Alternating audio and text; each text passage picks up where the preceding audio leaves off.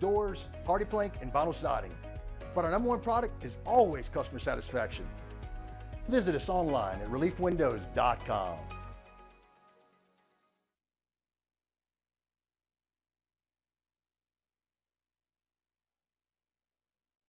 This is SportsCenter. I'm Doug Brown. ESPN's Adrian Wojnarowski reports the Clippers and Jazz agree to a sign and trade. Russell Westbrook will likely be bought out by the Jazz so he can join the Nuggets. Chris Dunn will sign a 3-year, $17 million deal with the Clippers. The new 12-team college football playoff starts this year. Rookie ESPN analyst Nick Saban. The downside of it is I just wish that we could put the 12 best teams in the playoffs. Not worry about conference champions and all that kind of stuff. And if you do get beat in a conference championship game and you're one of the best teams, you still should get in there. Nick Saban on College Football Live. Veteran NFL wideout Randall Cobb will join the SEC network. As a college football analyst, Cobb has played 13 years in the NFL. Last year with the Jets, he has not officially retired from the league. First round of the Open Championship, Shane Lowry, the leader right now after a 5 under 66. He's one shot ahead of Daniel Brown, who's still on the course. Bryson DeChambeau, a 5 over 76. Rory McIlroy, a 7 over 78. Hey, it's Courtney Cronin. Coming up Friday, I'll tell you what the best and worst outcomes are for Aaron Rodgers, Deshaun Watson, and Caleb Williams this season. It's Unsportsmanlike, 6 a.m. Eastern, right here on ESPN Radio, ESPN2, and ESPNU. Matt Moscona. I'm very important. After further review. Say it one more time. After further review with Matt Moscona. And here we go. Live from the Mercedes-Benz of Baton Rouge Studios. That's right.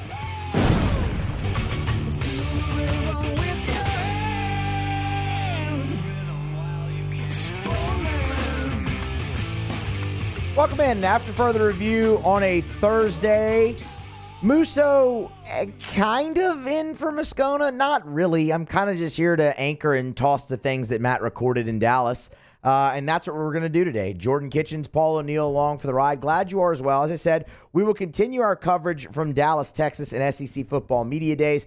But Matt, Hester, T-Bob, and Rivers, they are in the air, currently flying back home. So what we have is a show full of fresh content from Dallas that Matt prepared and recorded.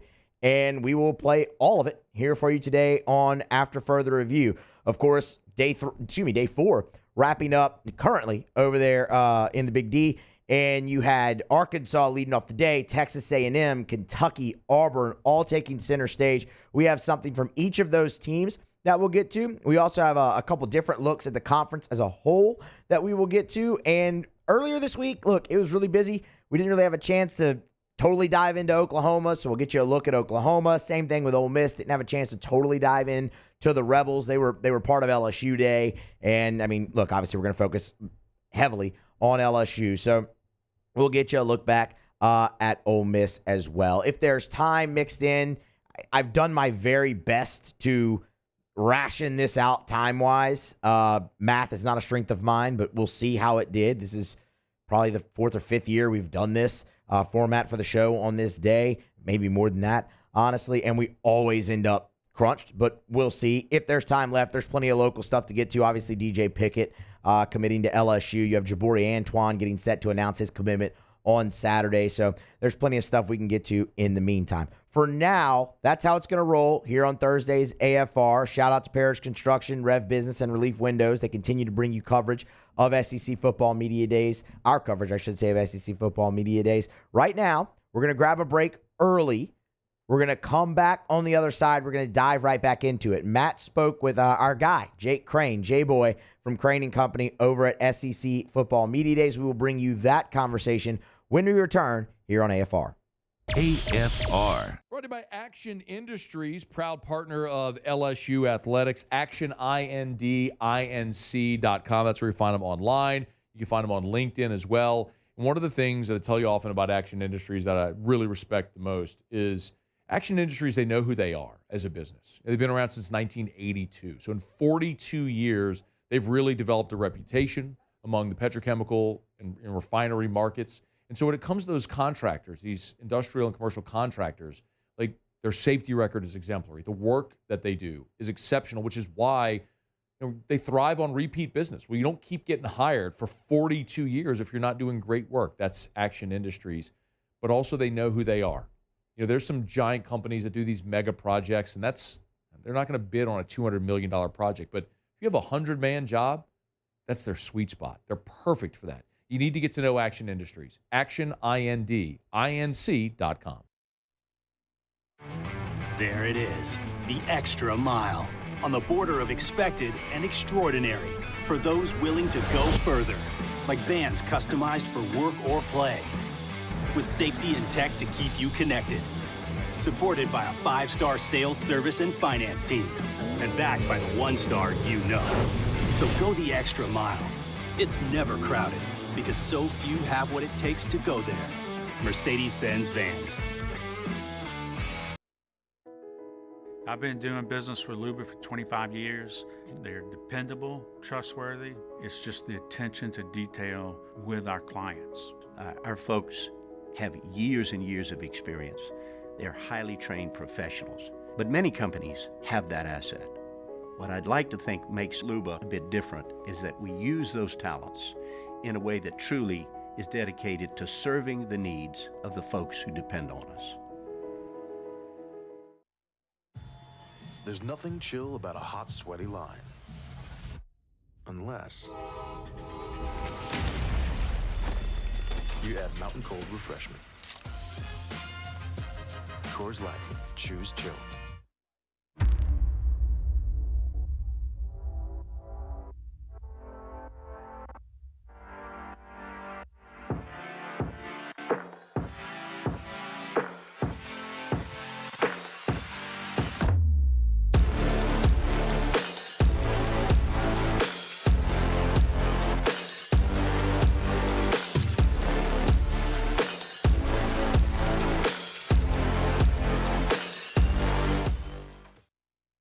Breck teamed up to reimagine your parks, and you imagined big.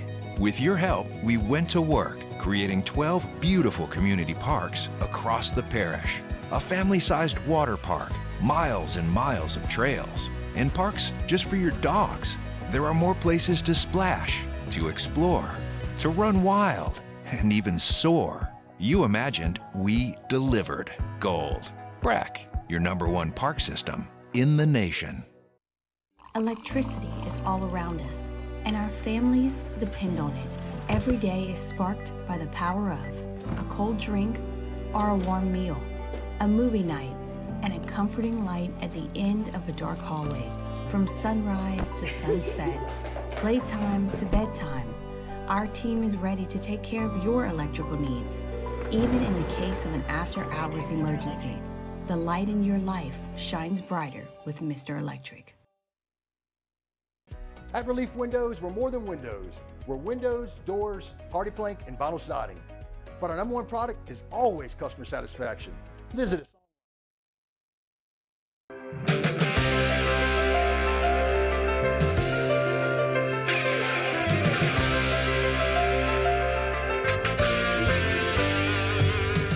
After further review with Matt Moscona.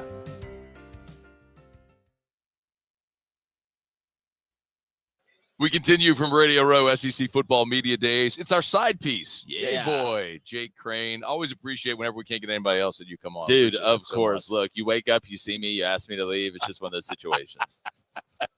It is always good to see you, though, man. I'm sad that Cone and Blaine aren't here, man. So, but it's always good to see you. What? Am I not good enough now? I'm already the side piece. Is it just? It's sad that you see me and it's just me. No, not in any way. I'm thrilled to see you, but it is disappointing not to see them. Can't both things be true? That's true. I say that all the time. Two things can be true at once. I was hoping maybe Cone would have brought his guitar and we could have heard maybe like a live sampling of his. Did he drop an album or is he just doing singles? Well, he's doing singles and then it's going to be part of a bigger album, I believe. Don't quote me on that. He kind of kept it low key and then started dropping them like every Friday. But no, look, David's always been involved in the musical world and he's talented. I mean, it's going to be good. But when I drop my mixtape, Like, It's catchy. that's what's going to take over. By the way, this is Jake Crain of Crain Yeah, and what's Company. up? I should have introduced when he first sat down. Just side piece is good. Anyway, make sure you check out their show on the Crain and Company YouTube channel. Hey, this week, I think the biggest storylines, obviously, I always look at like the new coaches coming in and then what coaches are going to be here for the last time. Any thought on Kalen DeBoer here for the first time? Well, I think he's handling it really good. I mean, I talked to Coach DeBoer down at the Senior Bowl, and, Nick Sheridan was down there as new OC after Ryan Grubb left, who's actually was Cone's roommate in college. Oh, no way. Yeah, At Michigan? Yeah. So they were. See, they're another pretty reason tight. we needed Cone here. I know. He's got all the connections. But no, I think he's handled it really well, as good as you can when, you're replacing the GOAT. He's a genuine guy, and he knows the stakes. He knows the standard. And, when I look at Alabama this year, and I think we talked about this when you came on Crain and Company, I think his tenure will be defined by the overall level of panic. I know there's going to be panic, but how crazy is it going to be? Is it going to be like French Revolution panic, or is it going to be like, oh, no, the stock market's not doing good panic? When something inevitably goes wrong, because it does go wrong in the college football season at some point, and he doesn't have that equity built up that Nick Saban had, to where when something went wrong, Alabama fans, while they would get upset, they would panic and this, that, and the other. It was Nick Saban, the greatest college football coach of all time, and he fixes things just like he did last year. That's why I think last year was one of the best coaching jobs that Nick Saban actually did. He doesn't have that equity built up. So what happens if you go to Wisconsin and something goes wrong and the ball doesn't bounce your way and you lose that game? And that's why, Matt, I continue to say, I think Jalen Milroe's biggest contribution will probably be off the field to Alabama this year, because he has the locker room. Him and DeBoer have a great relationship, and he can help navigate through those waters. But I think he's been great at media days, and watching Nick Saban look at Kalen DeBoer while he was talking, it's basically like the plot of Inception. He's on Twitter at Jake Crain _ give a follow. Why aren't more people talking about Auburn? Don't talk about Auburn. Like, Auburn is in a very weird position. And look, I know that they've struggled the past 3 years, but Matt, you've watched Auburn as long as I have. You're a little bit older than me, so you've watched them probably a little bit longer. In a very literal, linear sense. Yes, in a real time sense. Yes. I think Auburn doesn't have anything that's really super flashy, right? It's Hugh Freeze going into year 2. Regardless of what anybody says, he's not on the hot seat. That's just not true. Peyton Thorne at quarterback isn't a sexy pick for Heisman or a big-time playmaker yet. But Auburn, as I said earlier, they're in a position they're not typically in, where they're under the radar. And when that happens, Auburn typically does well. It's when there's high expectations that Auburn struggles. But you look at the defense, you don't see really a first-round pick there. But this roster, and I've talked to the coaches, I have a lot of connections there, is so much better than it was last year. I really don't think people understand, outside of the Auburn sphere, how, and you got to call a spade, poor the skill position talent was, even around Peyton Thorne. The offensive line was better, but when guys can't get open, and then defenses figured out, Rivaldo Fairweather's their only weapon, so let's just bracket him and take him away, and then it's just nothing but the little rascals running around. So Cam Coleman, I think, maybe the best freshman wide receiver Auburn's ever signed.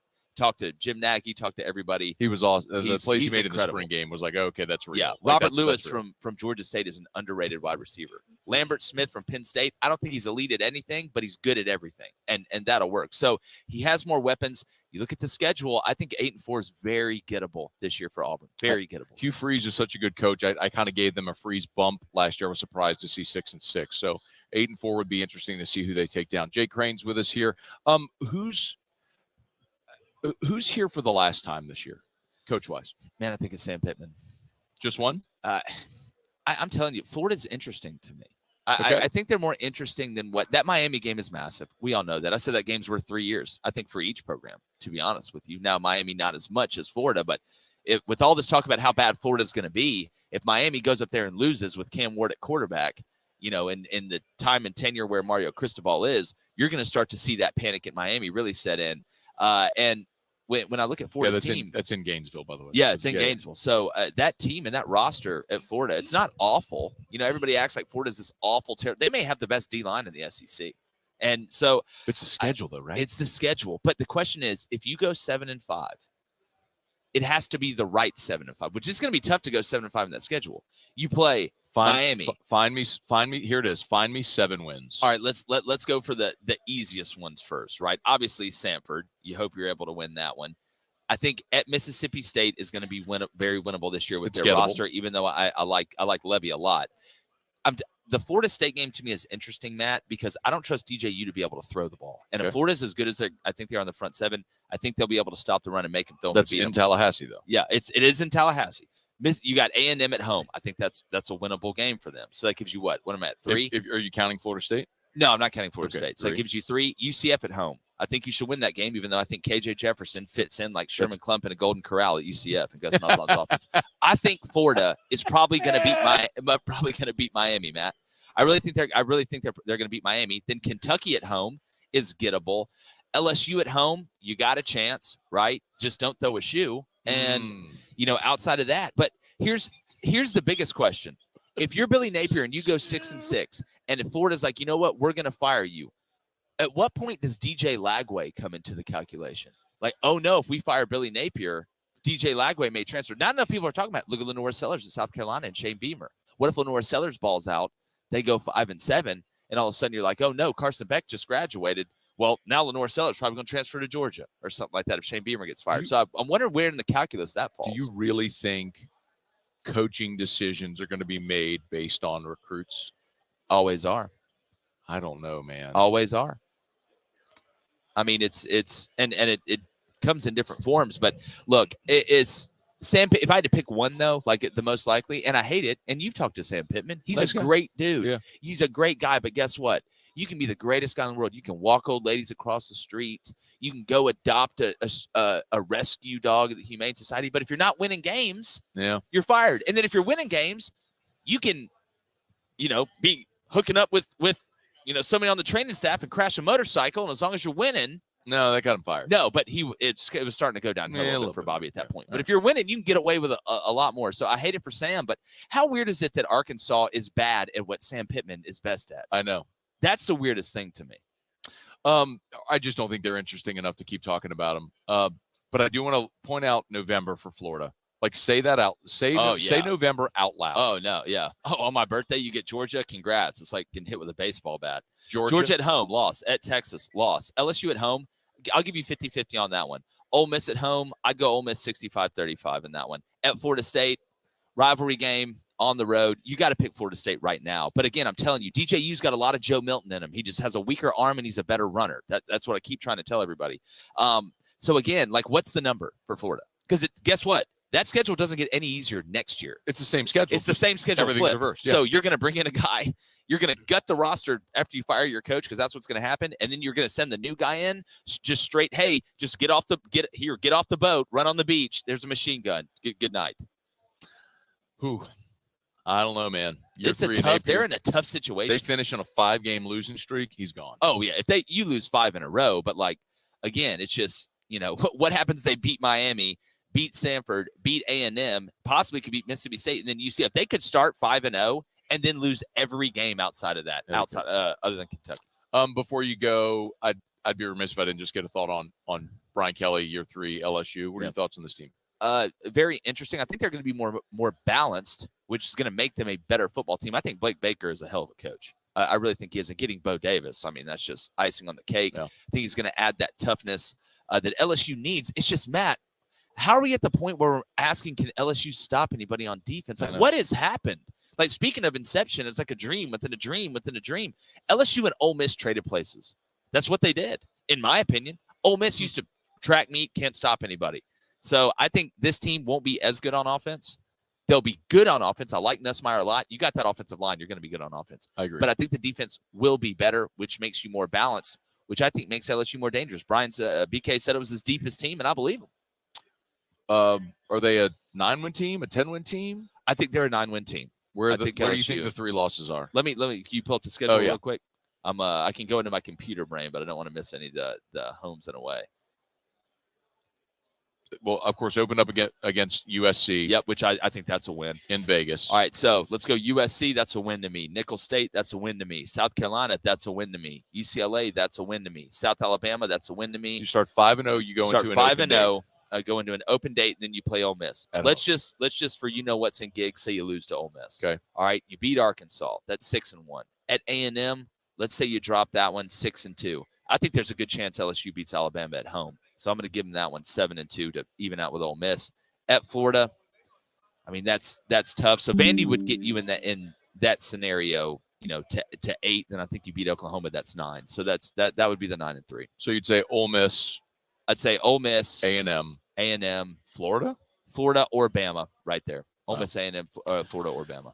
It's going to be interesting. LSU's probably got 5 swing games, 5 coin flip games, and what their record is in those games is going to determine whether this is a playoff team or a team that's 8-4 and everybody's really upset. You think a 9-3 SEC team gets in? No. Okay. Do you? Man, I think there's going to be so much carnage in the league this year because I legitimately think 5 teams could win the SEC. This is the most parity at the top of the league that I've seen since, Matt, I can remember.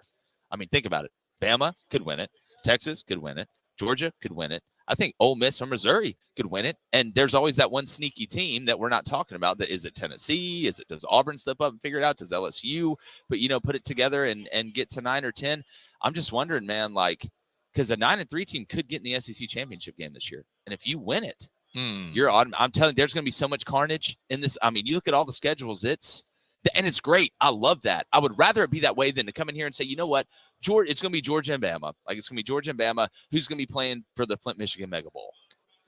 It's Georgia and Texas. You got Georgia and Texas? I'm Easily. telling you, I haven't made mine yet. I always say I'll wait till after fall camp because I need to know who wins what job, who gets hurt, and who gets arrested. If Georgia and Texas aren't playing in Atlanta, something for those 2 teams went terribly wrong. I think there's a chance. Look at their schedules. I do think there's a chance Ole Miss plays Georgia twice.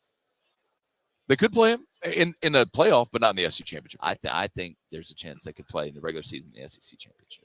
If Texas is not in the SEC championship game, Matt, you trust Quinn Ewers not to get hurt? Then you got Arch, and I'm still good. Look at you got Arch. We don't know anything about Arch. He was in the spring game when they were running vanilla ice cream. I don't care. Look at the schedule, man. Look at Ole Miss's schedule. I get it, yeah. Which is why I think Ole Miss, if I'm looking at that group of 5 teams, the Bama, Ole Miss, LSU, Missouri, Tennessee, I think I had picked Ole Miss to be a playoff team this year. But, I mean, when I'm looking at Texas, look at your SEC games. Mississippi State. Very favorable. Oklahoma. I get that. Georgia, all at home. At Vandy, Florida, at Arkansas, Kentucky, at A&M.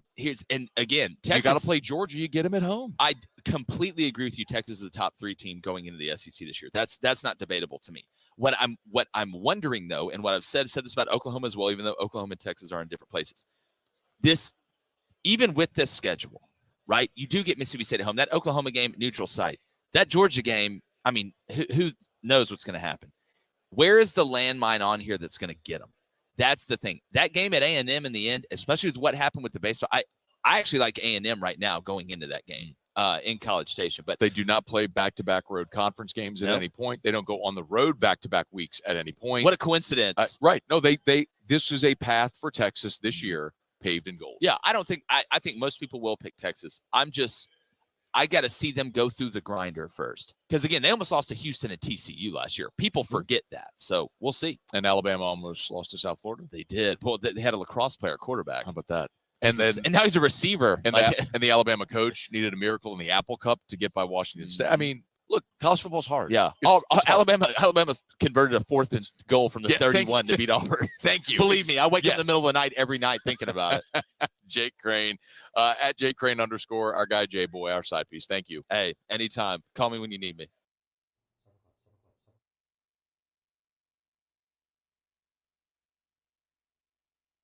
We're brought to you by Supper Club. You book your reservation, supperclubbtr.com, supperclubbtr.com. One of the things about Supper Club that I love is if you want to go to Supper Club and be a baller, you can do it. You want to go to Supper Club and order a $5,000 bottle of Chateau Lafite Rothschild, you can do it. You want to go have $400 shots of cognac, you can do it. You can have experiences at Supper Club that usually are reserved for Las Vegas and New York and Paris and Abu Dhabi. Like, that's here in Baton Rouge. But the thing you got to remember as well, if you want to go to Supper Club and have the best steak of your life and have a few appetizers, a dessert, bottle of wine, you can do it as affordably as any other restaurant in town. But the experience at Supper Club is unmatched. introduced open seating at the bar, first come, first serve. So if you knock off of work, you want to head by Supper Club, you can walk in without a reservation, see if you can grab a bar stool or a table by the bar as well. Have a great dinner, maybe cocktail, close some business. Book your reservation, supperclubbtr.com, supperclubbtr.com.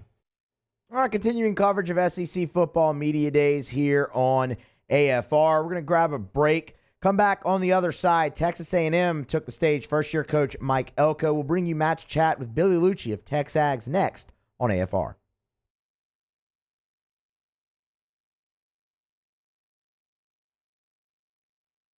AFR.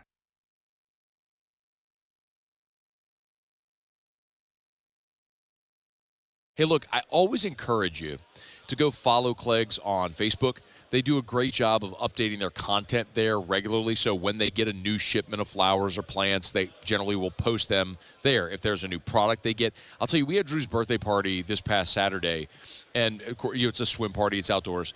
And one of the things that I know I had tremendous peace of mind about is we weren't going to have mosquitoes. They've got the Aeon Mosquito Eradicator.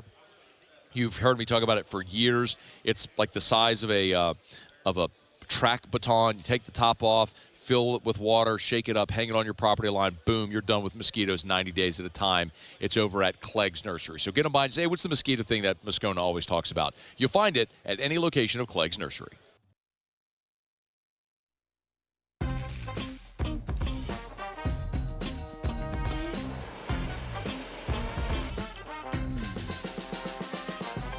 The best-kept secret in town is out. Discover Tallulah at the Renaissance Hotel on Bluebonnet. Bayou Ford has $10,000 off F-150. $10,000 off the new 2024 Ford F-150. And all new Bayou Ford vehicles come with a 7-year, 100,000-mile warranty. The crew at Bayou Ford is going to do right by you. Gulf Coast Bank and Trust is giving our customers the power to bank anywhere, anytime during this challenging event. And we're right there with you. Our mobile banking app is a smart way to manage your money and time. Gulf Coast Bank and Trust, the bank that cares about you.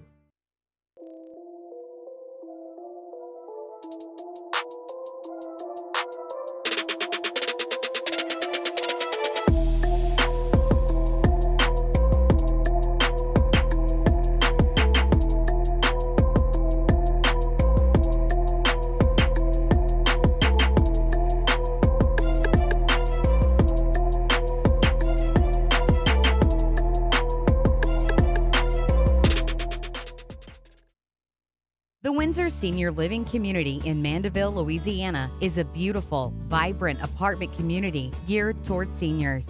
They are nestled right in the heart of Mandeville, where seniors live a more carefree lifestyle in spacious apartments with the peace of mind that comes from having a little extra help. Call the Windsor at 985-624-8040 to schedule a lunch and tour.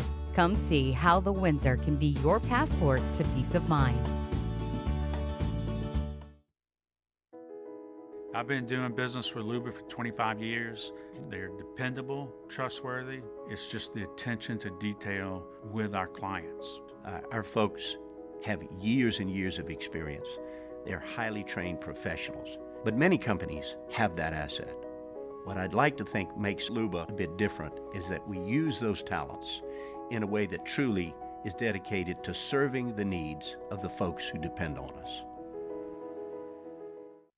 Hey, it's Matt Moscona. For years, you've heard me tell you about Insurance Network of Louisiana, helping you find better coverage for less money. But it's not just for your home and auto. They also offer commercial property. So, retail stores, professional offices like doctors, dentists, attorneys, clothing boutiques. Insurance Network of Louisiana can find you better coverage for less money. They service the entire state of Louisiana, and they're local. So call today at 293-0450 or lainsurance.net.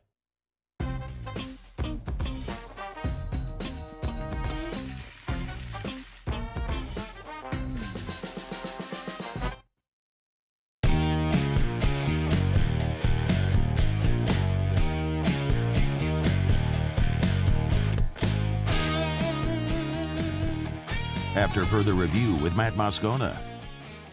AFR is brought to you by First South Farm Credit. You know where to start. Your first call, your first visit, your first option when it comes to buying land in Louisiana is First South Farm Credit. And honestly, it doesn't even have to be land in Louisiana because First South Farm Credit can help you buy land in any of the contiguous 48. And they've got more than 40 branches in Louisiana, Mississippi, and Alabama. So if you're right here in the Southeast, there's First South Farm Credit locations all near you. But remember, like, for example, let's say a lot of our audience in New Orleans, of course. You're living in New Orleans, maybe you're starting to build a family, grow a family. You want to move to the North Shore like a lot of people do. You want to buy the 100 acres in Tangipahoa. You can, and First South Farm Credit can help because they have an office in Amite. So you can walk in there, you can do business with someone who talks like you, lives where you live, and help you buy land wherever you want to buy land in the contiguous 48. It's First South Farm Credit. If you're thinking of buying land, your first call, your first option should be First South Farm Credit. FirstSouthLand.com. All right, so Texas A&M was the second team up at SEC Media Days here on Thursday. Obviously, very interesting. The Aggies, Jimbo Fisher and his buyout out, Mike Elko in. First-year head coach, Matt sat down with Billy Liucci earlier today. Final day, Radio Row, SEC Football Media Days. Texas A&M taking their turn here in Dallas. Who else would we talk to other than our guy, Billy Liucci, Tex Ags? How are you, man? I'm great, Matt. How are you? We waited till the final day, so I'm ready to sit down with you. Well, we waited the final day because it's A&M day. It is, I don't know, everyone's always like, hey, we're in Dallas. How do you like being in Dallas? I always say, man, you can do this thing on the moon. It's just more just about the functionality so we can get the stuff we want to get. But did you have any, like, big, now that it is the final day, any big, like, overarching takeaway from the week so far? Honestly, not really. I mean, we knew Texas OU coming in was going to be a big storyline, and it was, but I also feel like we've been talking about this for a couple of years now, which I don't know where you come off. I think it's the greatest thing that ever happened to both those programs is they had 2 full seasons and virtually 3 recruiting cycles to tell everyone we're in the SEC while playing a Big 12 schedule. It helps. It helps a lot. I think Texas took more advantage of that than OU did, personally. But the other thing, my big takeaways were this. Number one, you talk to everyone, Matt, that we respect and value their opinions. And everyone you talk to here, it feels like people go, it's Georgia. And, man, it could be – it's the most wide open, and especially when you're eliminating divisions, it's just wide open. You've been doing this in this conference a lot longer. I'm actually entering year 13, which is crazy when A&M was only in the Big 12 for 16 years. Wow.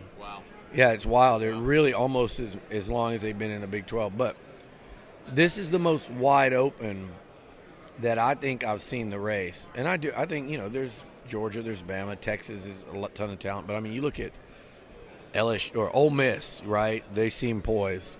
Then LSU, Tennessee, Oklahoma, A&M. There's so many teams that you feel like could. And then you think when you think about how low Auburn and Florida are picked, and I look at that Aggie schedule, and they got to go to Auburn, to Florida. This league's going to be, I think there's going to be not necessarily upsets, but I think every week's going to be as wild as any season we've seen since let's say since 2012, since A&M joined. Hey, I want to talk about this team in this season, but I thought about this just whenever you were talking about Texas and OU coming in, having sort of like the 3-year run up to it. I don't know, Billy, if this is just message board chatter or fan talk, but there's all this stuff about would A&M leave the SEC. Yeah, would you just give me the perspective on that? Well, first of all, no, that's not true. It's never been accurate, and I don't know. I know the first place I saw it was a completely uncredible, not to go after, but you kind of want to when you know how ridiculous and preposterous it is. And then you see other fan bases. And I do think LSU fans have started to have fun with it, whereas Texas fans, I think some of them actually believe it. They think, well, we're coming in the conference, so they're turning and running. It makes – I want you to think about how much sense that would make. Texas A&M is about to start playing Texas every year, Thanksgiving weekend. Texas A&M in the Southeast, Texas A&M playing LSU in Baton Rouge every year. And they're going to start playing games at Rutgers and go, how excited are A&M fans going to be about that game against Indiana or Illinois or Wisconsin even or Purdue or Minnesota? I haven't seen a more ridiculous thing, and I feel like it's gained 3% traction, and even that shocks me when you just apply common sense to what's being said. I mean, it's insane. Okay. I assume, but again, I'm not in that ecosystem every day, so you just wonder what conversations are like. Let's talk about this A&M team. A year ago, I know we talked about Jimbo's buyout and all this sort of stuff, and I guess everyone has their bold takes here. One of mine was that A&M would pay it and Jimbo would be gone. Now I also thought Drinkwitz would be gone. He won 11 games, so bad about 500 there. But Mike Elko coming in, it just feels like it feels just very, like, culturally just very different around A&M right now. In what ways might that be true? I think just, Matt, it's day-to-day accountability. It really is. It's that got lost somewhere along the way, and I don't know what it was like at Florida State. I have to think it was stronger, better. I just don't see how you win without it. I don't know. You might tell me you've seen it happen, maybe in Baton Rouge, but I feel like Joe Burrow and certain elements of that roster provided the day-to-day accountability if Edo didn't. So it takes a special group, I think, to overcome. Like, you just could see it deteriorating. The accountability, the level of expectation. I'm talking about off-season. I'm talking about off the field. I'm talking about in practice. Guys that would leave practice, kind of get not kicked out, but if you're not going to work, get out of here. And they come back the next day and be back with the ones. What does that say to other guys? And so when you see that start happening and you're not winning, I just don't think you can get it back. Going back to what you said, like, that was a price tag that was way too high. But what's the cost of keeping it? 6 years was enough body of work to know where it was going to go. And to bring Elko in, I think it's everything they need right now. It's structure, it's accountability. Tommy Moffitt, I think, was a massive component of that to make that hire. And it was a little culture shock. I could tell by the guys coming in and talking about it. But the funny thing is they were never negative about it. They embraced it. I think there were a couple guys that Elko, that the names would probably surprise you. Sat across the table from when he got there, and maybe even again after spring, and said, hey, if this isn't for you, maybe you should look somewhere else. We want you to stay, but if this is too much, if I'm asking too much, go. And they stayed. So that, to me, that speaks volumes when I hear stories like that. Billy Liucci, Texags, here for a couple more minutes. One of the things whenever I see a coaching change, especially in the portal era, when you lose half your roster, it's always interesting, like, how do you experience that type of attrition in 1 year and be competitive? Brian Kelly did it pretty well. I mean, he inherited a team that had, I think, 38 scholarship players for the bowl game and then won 9 games. He made it happen. How's Mike Elko done sort of building this roster after all of the attrition? Well, I think there was more attrition. I don't know this, but I felt like there was more attrition maybe the year before. I don't know what the exact, but just talking about players that truly mattered, let's go down the list that mattered. I mean, Max Johnson's a good player, but I don't look at that and go, man, that was something they were counting on for next year. That was a luxury if you'd have had him. That mattered. Walter Nolan was a big one. He'll be, in the conference. Evan Stewart should probably do really big things at Oregon if he wants to. I'm telling you, you can go up and down that list. You'd be hard-pressed to find many names that affected Mike Elko or I think the team that's going to be on the field this year at all. So they lost more to the NFL than they did. Like, if you look at a lot of these guys were in the portal and came back. DJ Hicks had 1 foot in. He was a 5 starts back. Tyreek Chappelle's going to be a 4-year starter. He was in. Chase Basantis, freshman all-SEC tackle, went in, came back, moved to guard. So I don't think it's necessarily the attrition. I think he went heavy portal, and a lot of the guys that left were kind of, hey, you probably don't have a future here playing type guys. So from that standpoint, I think that part was the easier part of the two. Whenever we look at the league, and last thing, Billy Liucci, Tex Ags, I think everyone's sort of coming into this year is looking at, all right, well, there's Georgia and there's Texas probably at the top. You mentioned it, and there's that group of like Bama and LSU and Ole Miss, Missouri, Tennessee. Missouri schedule, shapes up so nicely for them. Should A&M be in that group this year as well, or do you feel like maybe they're a year or two away under Mike Elko to be able to compete at that level? I think the group you said, I think they should be in that group, and I don't think it's unreasonable. And when you look at the schedule and the home games, you draw Notre Dame at home, you draw Missouri at home, LSU, Texas. I think those are their 4 toughest games. 4 best teams. I think at Florida, at Auburn late, adds a whole nother dynamic. The 4 best teams they play will be at Kyle Field. And again, this team returns a lot. Does it return SEC title contending stuff? No, I don't think so. It returns a lot. This is not like a cupboard bare situation. And you look at last year, remember, you saw how bad they were. They led LSU at halftime with a third-string quarterback. LSU was too good and pulled away. They took Ole Miss to the final play. You watch the Alabama game, the Tennessee game, those were final possession ball games without your starting QB and with really total dysfunction and not any kind of arrow pointing up really at any point in the season, and they were right there. I'm not saying all those turned to wins. My point is this team was never not competitive last year at any point against any opponent. And so, the wild card, and I think Nuss is kind of one of these guys too. I think you look at Tennessee, LSU, A&M, and maybe OU, and those 4 quarterbacks, I think we all know any one and multiple of them could be really good like this year. The last time we saw Connor Wigman, he was in the discussion with, and I know because we talked about it with the SEC Network guys that whole weekend, Jackson Dart and Jaden Daniels, like, who's the best quarterback in the SEC at that point? I'm not saying Connor wins a Heisman, so tell my friends on Twitter to calm down. But week 4, we're like, right, week 4, people are going, man, Wigman looks really good. They were going back to the game against LSU the year before, Ole Miss.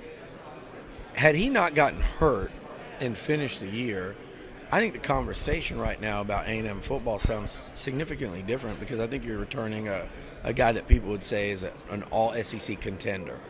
Now he's a guy that's kind of a wild card. I think Nuss is a wild card. I think Jackson Arnold's a wild card, and Nico. One of those 4 teams, in my opinion, and obviously there's odds here, some more than others, but I think one of those 4 will be in the college football playoff this year. And I think whichever team does, and OU's schedule, I think I'm almost going to push them out because of the schedule.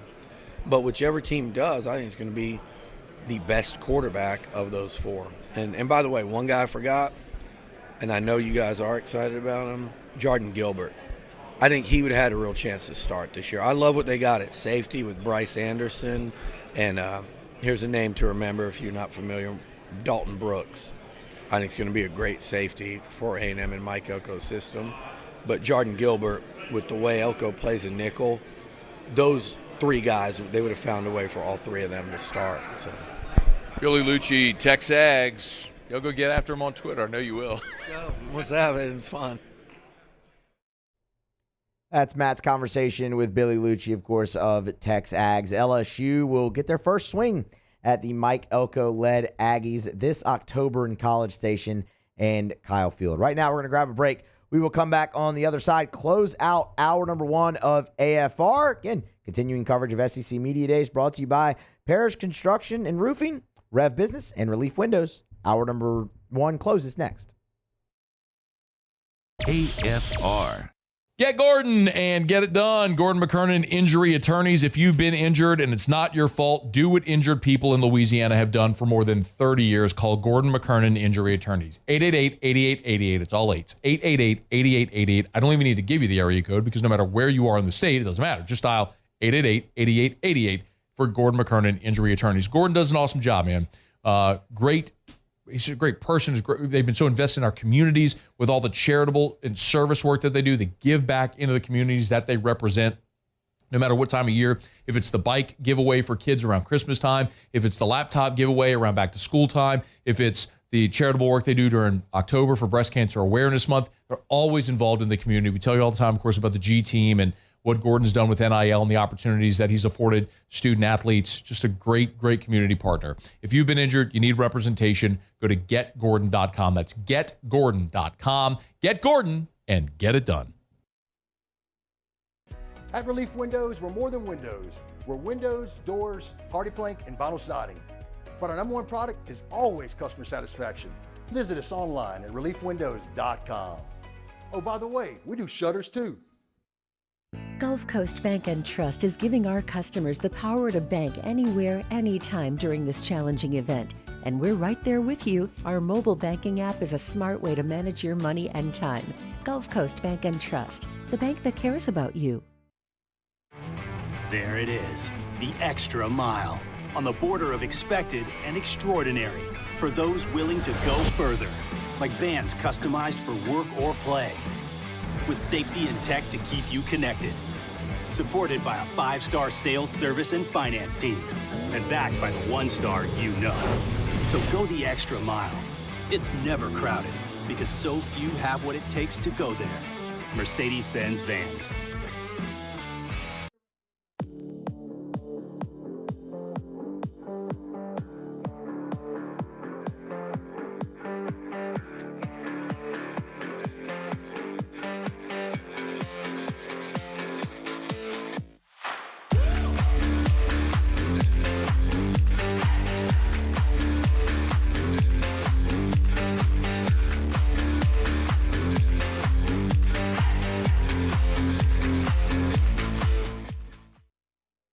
Farming is a way of life for us. It's not something we get up in the morning and dread going do. It's just something we go to bed at night looking forward to getting up to go do. John Deere equipment is what we as farmers strive to have. So it's in your blood, it's in your veins. It's just a part of who you are. Green is what we want to be in. The other tractors were acquired to patch it up to get to where you want to be. Where we want to be is in John Deere. Flip the switch and learn more about what it means to be powered by sunshine at sunequip.com. Jerry and Benny Payne began Central Plumbing Company out of their driveway in Tanglewood subdivision. 50 years later and 4 generations down the road, we continue to serve Baton Rouge and the surrounding areas for all of their plumbing needs. Residential, commercial, industrial, or hospitality, Central Plumbing is here 24/7, 365. We want to thank our customers, family, and friends for 50 years of success. And looking forward to 50 more. Gulf Coast Office Products is a nationally recognized Savin office equipment dealer based right here in Louisiana. Over 100 employees strong, Gulf Coast has the boots on the ground to support all vertical markets from education, engineering, legal, and finance. With the latest in office technology from desktop to production segment units, Gulf Coast and Savin have the perfect fit for you. Call 225-756-2644. That's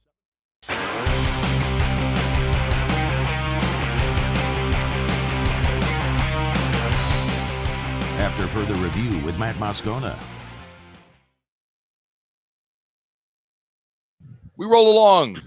Day 3 SEC football media days. We're here on Radio Row. Our coverage all week presented by Parish Construction and Roofing, also Rev Business and Relief Windows. Mississippi State taking their turn first time under new head coach Jeff Lebby, and we're pleased to be joined by their junior offensive lineman Albert Reese, who maybe wins the Fit Check of the Week award so far. How are you, man? I'm great. All right. Thanks for the time. Let's just start. So every one of you, are all of you are wearing the maroon jacket? Yeah. Actually, it's just me wearing the maroon jacket. I was surprised. So you have maroon, but all of you have, what's the significance of the stripes on the sleeve? All of you had that. Just the Adidas 3-stripe life. Okay. So is this an Adidas jacket? No, it's just the design that we decided to go with. Very cool. Can you open up, would you mind showing the camera, just opening up the jacket there? So this is custom. It's got photos of you from like your whole life on the inside of the jacket. Like, did you pick them out? How did this all come together? Yep, I picked them out. One of them was when I was really young, obviously, and then the other ones or then one other one was high school, and then got a couple of me recently. Look at you, custom shirt with your name embroidered on the cuff. Yeah, Reese. Bro, that's so good. You got custom Adidas sneakers on as well. Those are awesome. Who did those? A man named Orlando. I wish I could give the name of the business, but it wasn't ever told to us. But the man's name is Orlando. Man, I tell you what. Yeah, you came prepared. You're also, I think, the most gigantic human that's been on Radio Row this week. Yeah, your bio says you're 6'7", 330. Is that about right? I lost a little bit of weight since then, but I didn't shrink any, so I'm still 6'7". When did you start to hit that growth spurt? Like, God bless your mom for having to feed you and clothe you. No kidding. I didn't really hit a growth spurt, to be honest. I mean, I grew like a steady, like 1 or 2 inches a year, but my real growth spurt was like filling out, like weight wise. But I was always pretty tall. You're from Canada. Everybody in Canada plays hockey. Did you play hockey growing up? No, I played ball hockey in the street, but I never played ice hockey. Why not?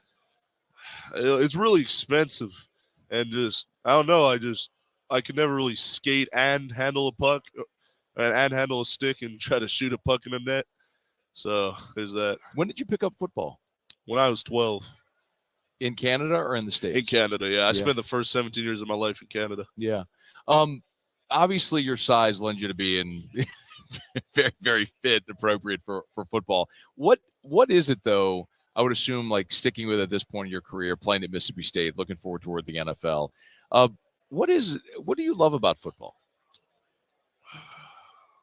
I love how so many guys on one team could pour their absolute heart and soul into something special that could be enjoyed by the entire team. And obviously, I love the physicality of it and how gritty it can be. Man, you've seen a lot at your time at Mississippi State. Obviously, from Coach Leach being there, his tragic passing, then having a coach and Coach Arnett that was there for a year, and now Coach Lebby. I don't think anybody goes to school thinking that you're going to have 3 coaches in 3 years. It's happened for you. But as you sit back and reflect on the change that you've gone through, what have you learned about maybe yourself or what lessons have you taken from this experience?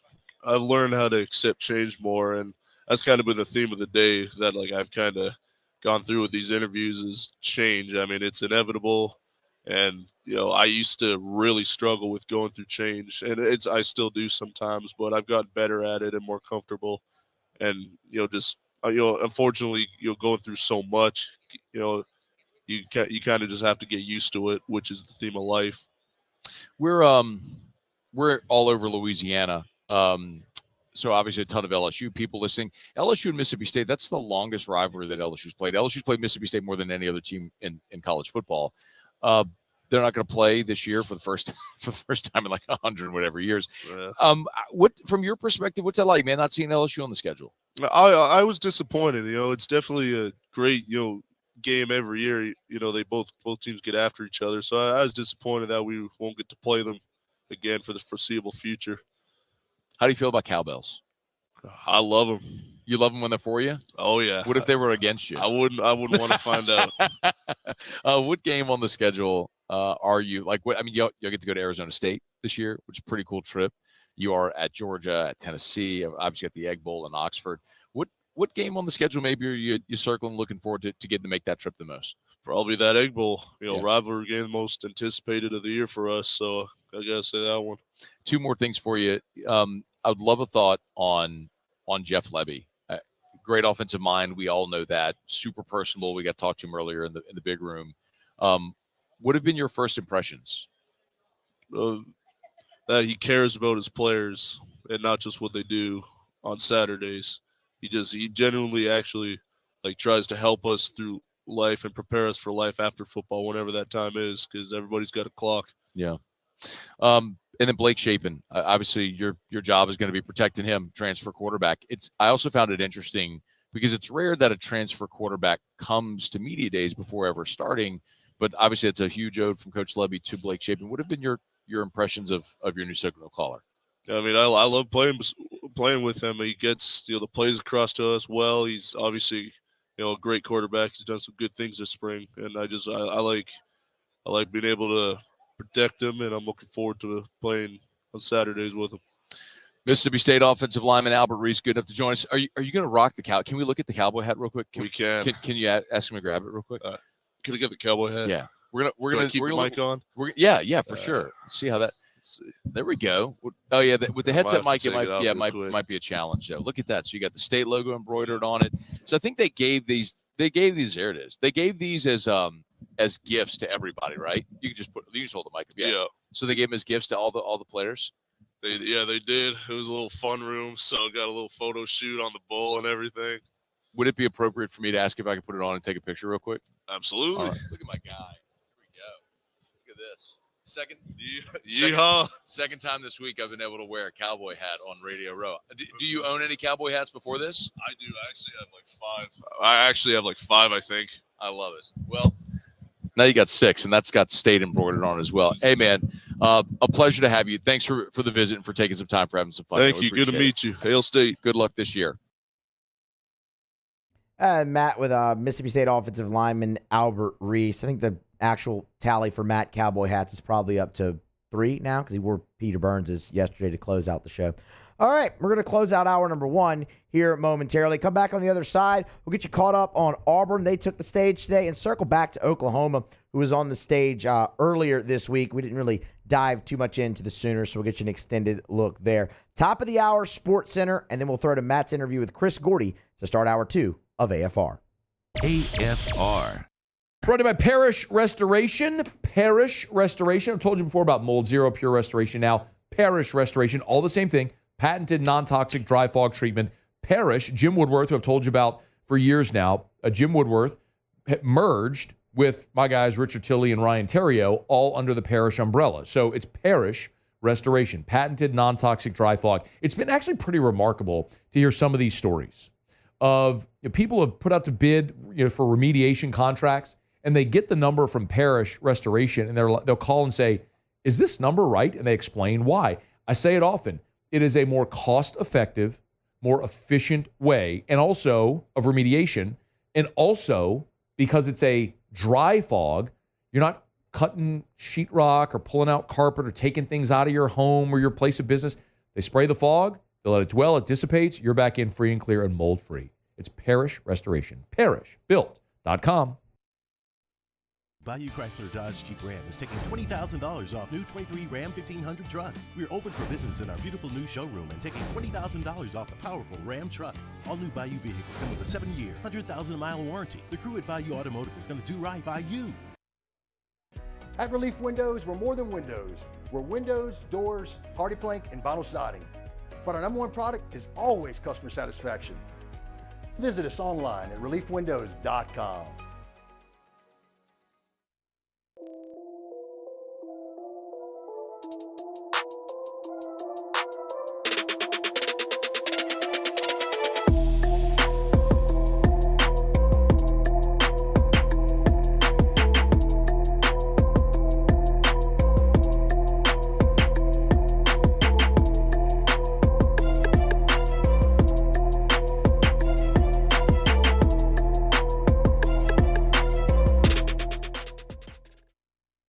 Breck teamed up to reimagine your parks, and you imagined big. With your help, we went to work, creating 12 beautiful community parks across the parish. A family-sized water park, miles and miles of trails, and parks just for your dogs. There are more places to splash, to explore, to run wild, and even soar. You imagined, we delivered. Gold. Breck, your #1 park system in the nation. Electricity is all around us, and our families depend on it. Every day is sparked by the power of a cold drink or a warm meal, a movie night, and a comforting light at the end of a dark hallway. From sunrise to sunset, playtime to bedtime, our team is ready to take care of your electrical needs. Even in the case of an after-hours emergency, the light in your life shines brighter with Mr. Electric. I've been doing business with Luba for 25 years. They're dependable, trustworthy. It's just the attention to detail with our clients. Our folks have years and years of experience. They're highly trained professionals, but many companies have that asset. What I'd like to think makes Luba a bit different is that we use those talents in a way that truly is dedicated to serving the needs of the folks who depend on us. Hey, it's Matt Moscona. For years, you've heard me tell you about Insurance Network of Louisiana, helping you find better coverage for less money. But it's not just for your home and auto. They also offer commercial property. So, retail stores, professional offices like doctors, dentists, attorneys, clothing boutiques. Insurance Network of Louisiana can find you better coverage for less money. They service the entire state of Louisiana, and they're local. So call today at 293-0450 or lainsurance.net.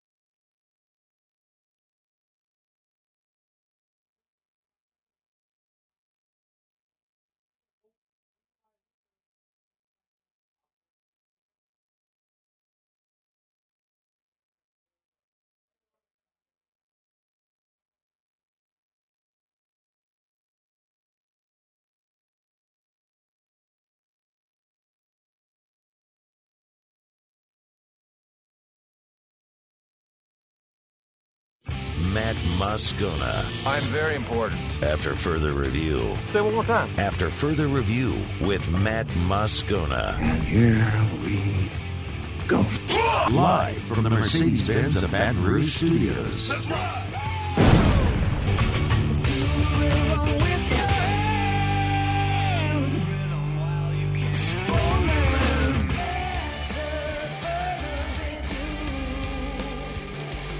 Hour number 2 of After Further Review off and running. We continue our coverage from SEC Football Media Days in Dallas, Texas. Little satellite edition. Musso in for Moscona as Scone and the gang head home from Dallas as we speak. Jordan Kitchens, Paul O'Neill along for the ride as well.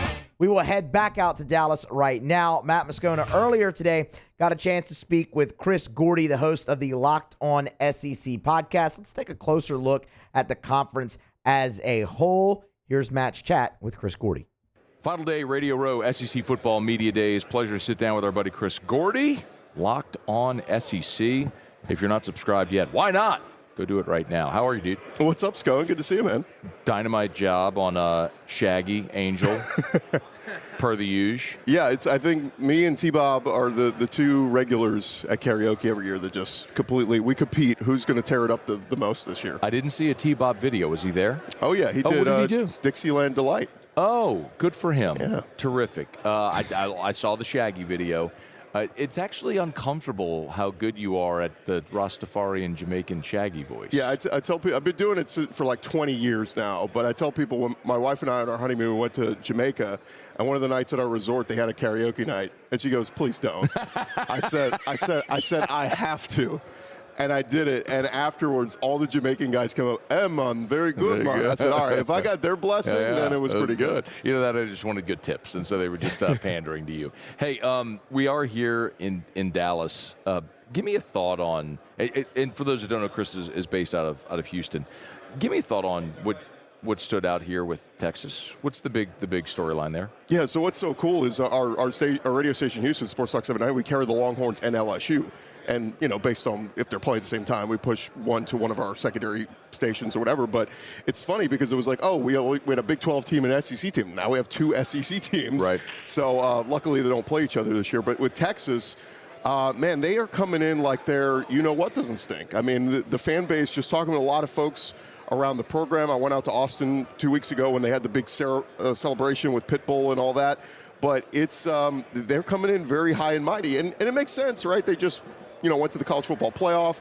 But, I wonder what this would have been like, Matt, 2 years ago when they went 5-7, what the fan base would have been saying. Oh, God, we're going to get our butts kicked, whatever. So they're cocky. They're confident. They're always a little bit arrogant, especially the Texas X's group and that whole crew. I mean, they act like they have been dominating the Big 12, which they haven't. Oklahoma has owned that rivalry here for the last decade plus, yet they think that they're coming in and just going to run roughshod. And so I think they're going to be humbled a little bit. I know everybody is picking them as, as them and Georgia as the two best teams. I'm going, yeah, Georgia, absolutely. Kirby Smart's 42-2 in his last 3 seasons, absolutely. But I look at Steve Sarkisian and go, what is he as a head coach? His best season at Washington, he went 8-4. His best season at USC, he went 9-4. His best season at Texas prior to last year was 8-5. I think that's who Steve Sarkisian really is. He's an 8-9 win coach, pretty good. I think 12-2 was the outlier. This guy's not going to come to the SEC and start winning 12, 13 games every year. I don't see it happening. I don't know if it happens every year, but with the schedule they got this year, if they're not in the playoff, brother, that's a massive faceplant. It is, and you're right, but they lost a ton to the draft. When you talk about Byron Murphy and Tavondre Sweat on the D-line, they think they're just going to be next man up. Georgia does next man up. Georgia's got right. Georgia's got 5-star after 5-star on the roster, and Sark's done a good job of recruiting. But I just wonder about the leadership. You lose your entire wide receiver room. And yes, Quinn Ewers is fine, but I just there's that big C word, chemistry. Yeah. Does he have that chemistry like he had with the guys last year that got drafted high? So we're going to find out. But this is the SEC, Matt. You know it. I mean, you go into hostile environments and lose sometimes. You look at this isn't Baylor and Kansas. Like, on the road at Arkansas, yeah, you can go ahead and pencil in a win, but, they're going to treat that like it's their Super Bowl. They're going to put everything they have into that game. And you get beat up in the trenches in this league, offensive and defensive line. That's when you go on the road and lose a tough, a game that you have no business losing. We saw 2 years ago, Vanderbilt beat Kentucky and Florida. Florida with Anthony Richardson, a top 5 pick. They had no business beating that team, yet it's the SEC. It happens. When I think about LSU, I go, man, you play Ole Miss, and then you go on the road to play an Arkansas team that will be coming off a bye. That's one, and then your back-to-back road conference games, Arkansas, Texas A&M. There's landmines all over the schedule for LSU. What are your thoughts about Brian Kelly's path in year 3 to try to break through above that 9-3 sort of glass ceiling? I've been in person at both of the openers the last 2 years. We were in Orlando last year with Florida State, and I look at this opener against USC and go, yes, LSU is favored. Yes, LSU should win, but why are you doing this to yourself? Why, can we open with Southeastern at home? I look at Ole Miss. Their toughest non-conference game is on the road at Wake Forest. Give me that schedule. I don't need to be tested in these tough times. And you're going to still play UCLA. I get this is the return trip from going there a couple years ago, but I would have just called them and said, let's scrap it. I don't need to play 2 former Pac-12, now Big Ten teams. And I get, is LSU better than UCLA? Yes. But it's also a potential landmine. You could not play your best game and maybe find yourself in a fourth quarter battle. Why do that to yourself? Schedule some cupcakes. And then let's get to the SEC schedule. There's no reason to schedule those tough games anymore because we know this. Look at what Michigan did last year. Their non-conference was an absolute joke. They played like Bowling Green and ECU, and the committee didn't give 2 flips about it. They said, you're in, whatever. You ran through your conference schedule, you're in. So I just look at it and say, I don't know if they're going to be forgiving if LSU loses a close game to USC in the opener. They're going to look at wins and losses. And if you've got 3 losses at the end of the year, I think they're going to go, LSU, enjoy your Capital One Bowl or whatever. Oh, please not again. Chris Gordy, Locked on SEC. Who are we not talking enough about collectively here this week? It's interesting. Looking at all the different rosters, Kentucky intrigues me a lot because what is Brock Vandagriff? I mean, that's a kid that Georgia loved and they were very high on. Yeah. I don't know what he's going to be. Losing Ray Davis stinks. He was one of the best running backs in the conference last year, and they got to figure out that. But they got some really good receivers, Berrien Brown, Dane Key. I like some of the pieces they bring back on their defense. So Kentucky could be one of those teams that I'm not saying they're going to get to Atlanta or anything, but if Brock Vandagriff is really good, Kentucky could get to 8-9 wins and, make some noise.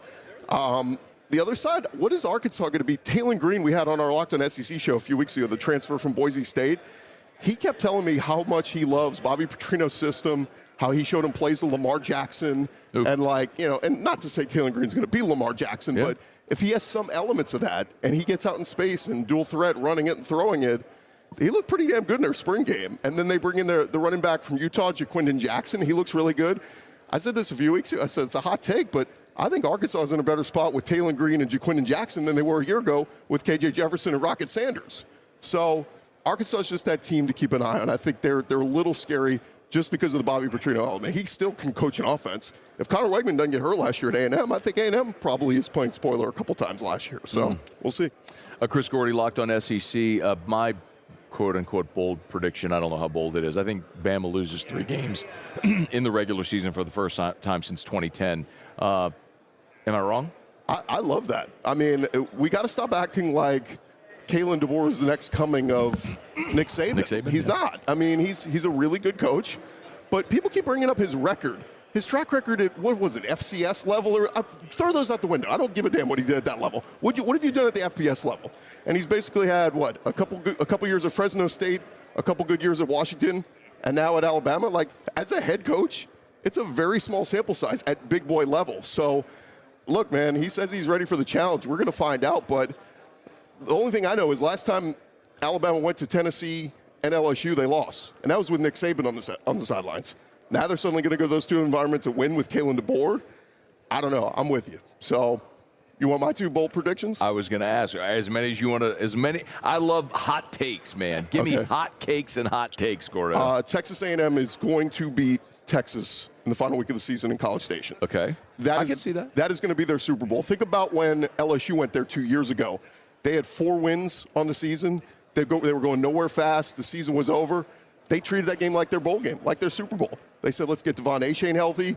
Musa Muhammad, hey, you get healthy. Let's go off. And they beat LSU that night. LSU had already punched their ticket to the SEC championship. And they went, oh, crap. A&M they got healthy and decided to play their best game of the year. Those fans are so fired up for that game. And then the Jim Schlossnagle drama added into this. I mean, it's just fueled the flames of that rivalry. They're going to put everything they have to spoil Texas' season at the end of the year. So I love it. That's one. The other one, I think LSU and Oklahoma are 9-2 going into the final week of the season. That matchup in Tiger Stadium will be a de facto playoff game. Interesting. Okay. I could absolutely. Oklahoma, I'm harder to get there. LSU, I could believe it. It's going to be fascinating. You hear all about that every single weekday on Locked On SEC. He is Chris Gordy, so make sure you're subscribed to the pod. Gordo wears purple and gold underwear every day, by the way. A diehard Tiger. I do wash them, though, so that's the important part. Good to know. Thanks, man. All right, we're going to grab a break, come back on the other side. Auburn took the podium today. Hugh Freeze in year number 2. We'll get you a closer look at the Plainsmen next here on AFR. AFR. Brought to you by River City's 1 Hour Air, where they're always on time or you don't pay a dime. 752-001-752-0001, where they're always on time or you don't pay a dime. I love sharing 5-star Google reviews. Here's one from Ricky Gomez, who said Chris, his technician, was very professional and knowledgeable during the HVAC evaluation. He provided details and recommendations in a clear and concise manner. That's one of the things that always stands out. If you're having an issue with your AC or your heater, and River City's 1 Hour Air sends out a technician for an evaluation, they're going to explain your options to you. And that may sound simple, but none of it, I don't know anything about an HVAC, neither do you. Let's be honest. So whenever they go get up in your attic or they go look at your HVAC unit on the side of your house and they come talk to you, they're going to explain very clearly what's happening and your options to remedy it. It's River City's 1 Hour Air. Look for the big yellow vans and trucks with the giant clock on the side. 752-0001. Farming is a way of life for us. It's not something we get up in the morning and dread going do. It's just something we go to bed at night looking forward to getting up to go do. John Deere equipment is what we as farmers strive to have. It's in your blood, it's in your veins. It's just a part of who you are. Green is what we want to be in. The other tractors were acquired to patch it up to get to where you want to be. Where we want to be is in John Deere. Flip the switch and learn more about what it means to be powered by sunshine at sunequip.com. Gulf Coast Office Products is a nationally recognized Savin office equipment dealer based right here in Louisiana. Over 100 employees strong, Gulf Coast has the boots on the ground to support all vertical markets from education, engineering, legal, and finance. With the latest in office technology, from desktop to production segment units, Gulf Coast and Savin have the perfect fit for you. Call 225-756-2644. That's 756-2644 for Gulf Coast Office Products.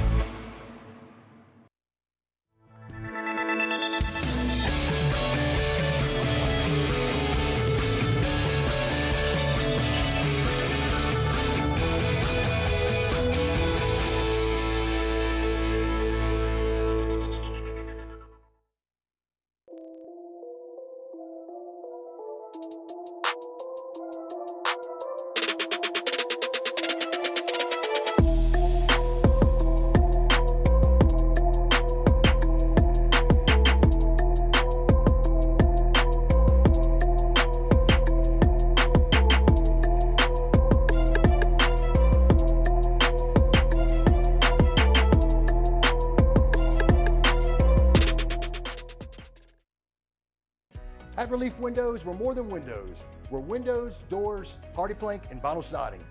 But our number one product is always customer satisfaction. Visit us online at reliefwindows.com. Oh, by the way, we do shutters too.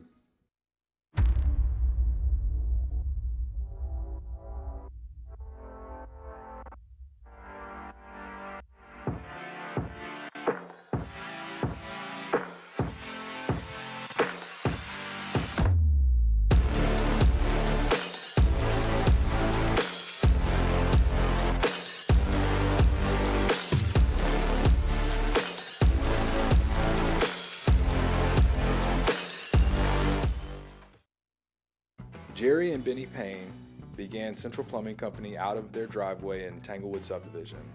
50 years later and 4 generations down the road, we continue to serve Baton Rouge and the surrounding areas for all of their plumbing needs. Residential, commercial, industrial, or hospitality, Central Plumbing is here 24/7, 365. We want to thank our customers, family, and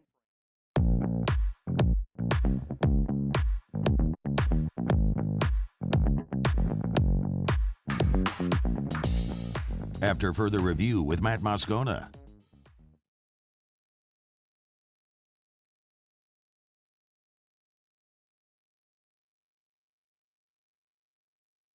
We roll along from Radio Row SEC Football Media Days, our coverage all week, presented by Parrish Construction and Roofing, parrishbuilt.com. Of course, also presented by Rev Business and Relief Windows. Been asking a lot of people about Auburn because I just have tremendous respect for Hugh Freeze as a coach, and it seems like not many people are talking about Auburn. So I wanted to ask Zach Blackerby, locked on Auburn, to jump aboard with us. How are you, man? Great, man. Always a pleasure to chat with you. Why aren't more people talking about Auburn?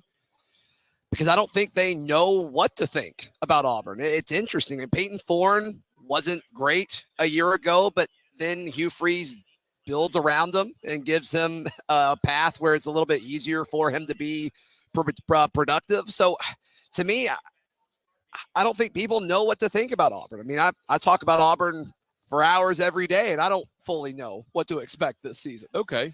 Where returning a starting quarterback is obviously a big deal. Yeah.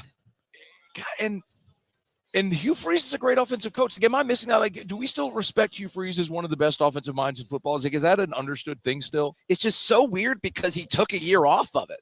He like wasn't involved in Auburn's game plan last year. He kind of put it all on Philip Montgomery. That was a train wreck, an absolute disaster.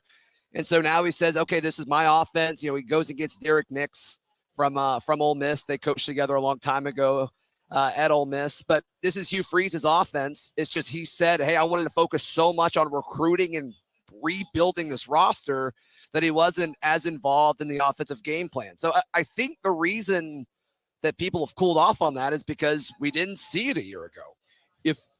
If Auburn is a hypothetical, but I'm just curious your opinion on it. Sure. If Alabama doesn't convert the 4th and 31. Oh, wow. Okay. Right? All right. And Auburn beats Alabama year one under Hugh Freeze. Yeah, totally. How different is the feeling around Auburn, the conversation? Because it's still a 7-5 season then, right? because it was 6-6, lost the bowl game. So a 7-5 season with a win over Bama. How different is the conversation around Auburn if they get the stop on fourth and 31? I mean, there are so many what ifs with this. What if they don't,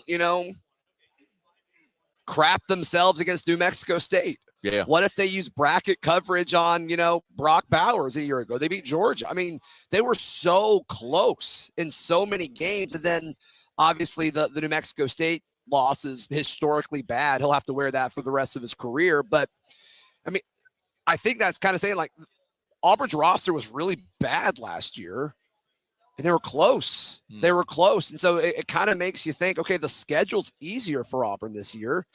But to answer your question, like if you beat Bama, I think the mood around the program is different. I think the narrative has totally changed. Why? Zach Blackerby is with us, Locked on Auburn. Make sure you subscribe wherever you get podcasts. You want Auburn news, that's where you go. Why do we feel like it will be different this year? I think Hugh Freeze being a part of the offense is a big part of it. I think Cam Coleman being here. Cam Coleman, the freshman wide receiver, is bringing something to Auburn that Auburn, I don't think, has ever had. Haven't had in a long time. I don't think they've ever had a true wide receiver one like Cam Coleman. Who's widely understood to be the best wide receiver in Auburn history? When Auburn people have that convo. We don't really, that's a really low bar. There's not really like a clear number one receiver when you look at Auburn history. Terry Beasley, I guess it's been 2 decades since he's played. So that's wild, man. Yeah. So Terry Beasley. Auburn hasn't had a 1,000-yard receiver in like 25 years, I think. Karsten, are you serious? It's insane. Karsten Bailey. I guess it's always been the great running backs. Seth Williams, Courtney Taylor, Emory Blake. I'm looking for an NFL receiver on this list. You're not going to find it. I mean, Darius Slayton is okay for the Giants, right? But he couldn't catch anything when he was at Auburn. This is Auburn's. This is fascinating, man. So Terry Beasley, who played in the late 60s, early 70s, Tyrone Goodson, Karsten Bailey, Seth Williams, Courtney Taylor, Emory Blake, Frank Sanders, Darvin Adams, Freddie Wygand, Lawyer Tillman, Sammy Coates, Darius Slayton, Rogerius Smith. Yeah, man. It's wild. That bar of Auburn having they've never really had a number one wide receiver in my lifetime. Do you want to look at LSU's list? Let's just go the last 5 years. Right. I mean, since Joe Burrow was there. But isn't right? that one? But that's the one. Like the state of Louisiana produces amazing receivers. It's so interesting. So actually, the Cam Coleman thought isn't wrong. Hugh Freeze going to get Cam Coleman and then Perry Thompson. There's more buzz around Cam because he went through spring. How quickly can a freshman wide receiver impact your offense without going through spring? I think that's pretty tough. You don't see it that often, but him bringing in those two guys, it's just different. Auburn hasn't had guys like that before. And so you bring in those guys to help Peyton Thorne. You go out and get Keandre Lambert-Smith, who was productive at Penn State during his career there at wide receiver. Robert Lewis, who I think is extremely underrated. He was very productive at Georgia State. You got him in. He looked really good this spring. Auburn has 4 or 5 guys, new guys that are playing receiver that are better than anything they had to throw to a year ago. And then Rivaldo Fairweather, I think, is going to be one of the best tight ends in the SEC. Is Jarquez Hunter the best running back in the league? I think he's top 2 or 3. I think he's top 2 or 3 for sure. I mean, you talk about Auburn kind of always having the good running backs. Yeah.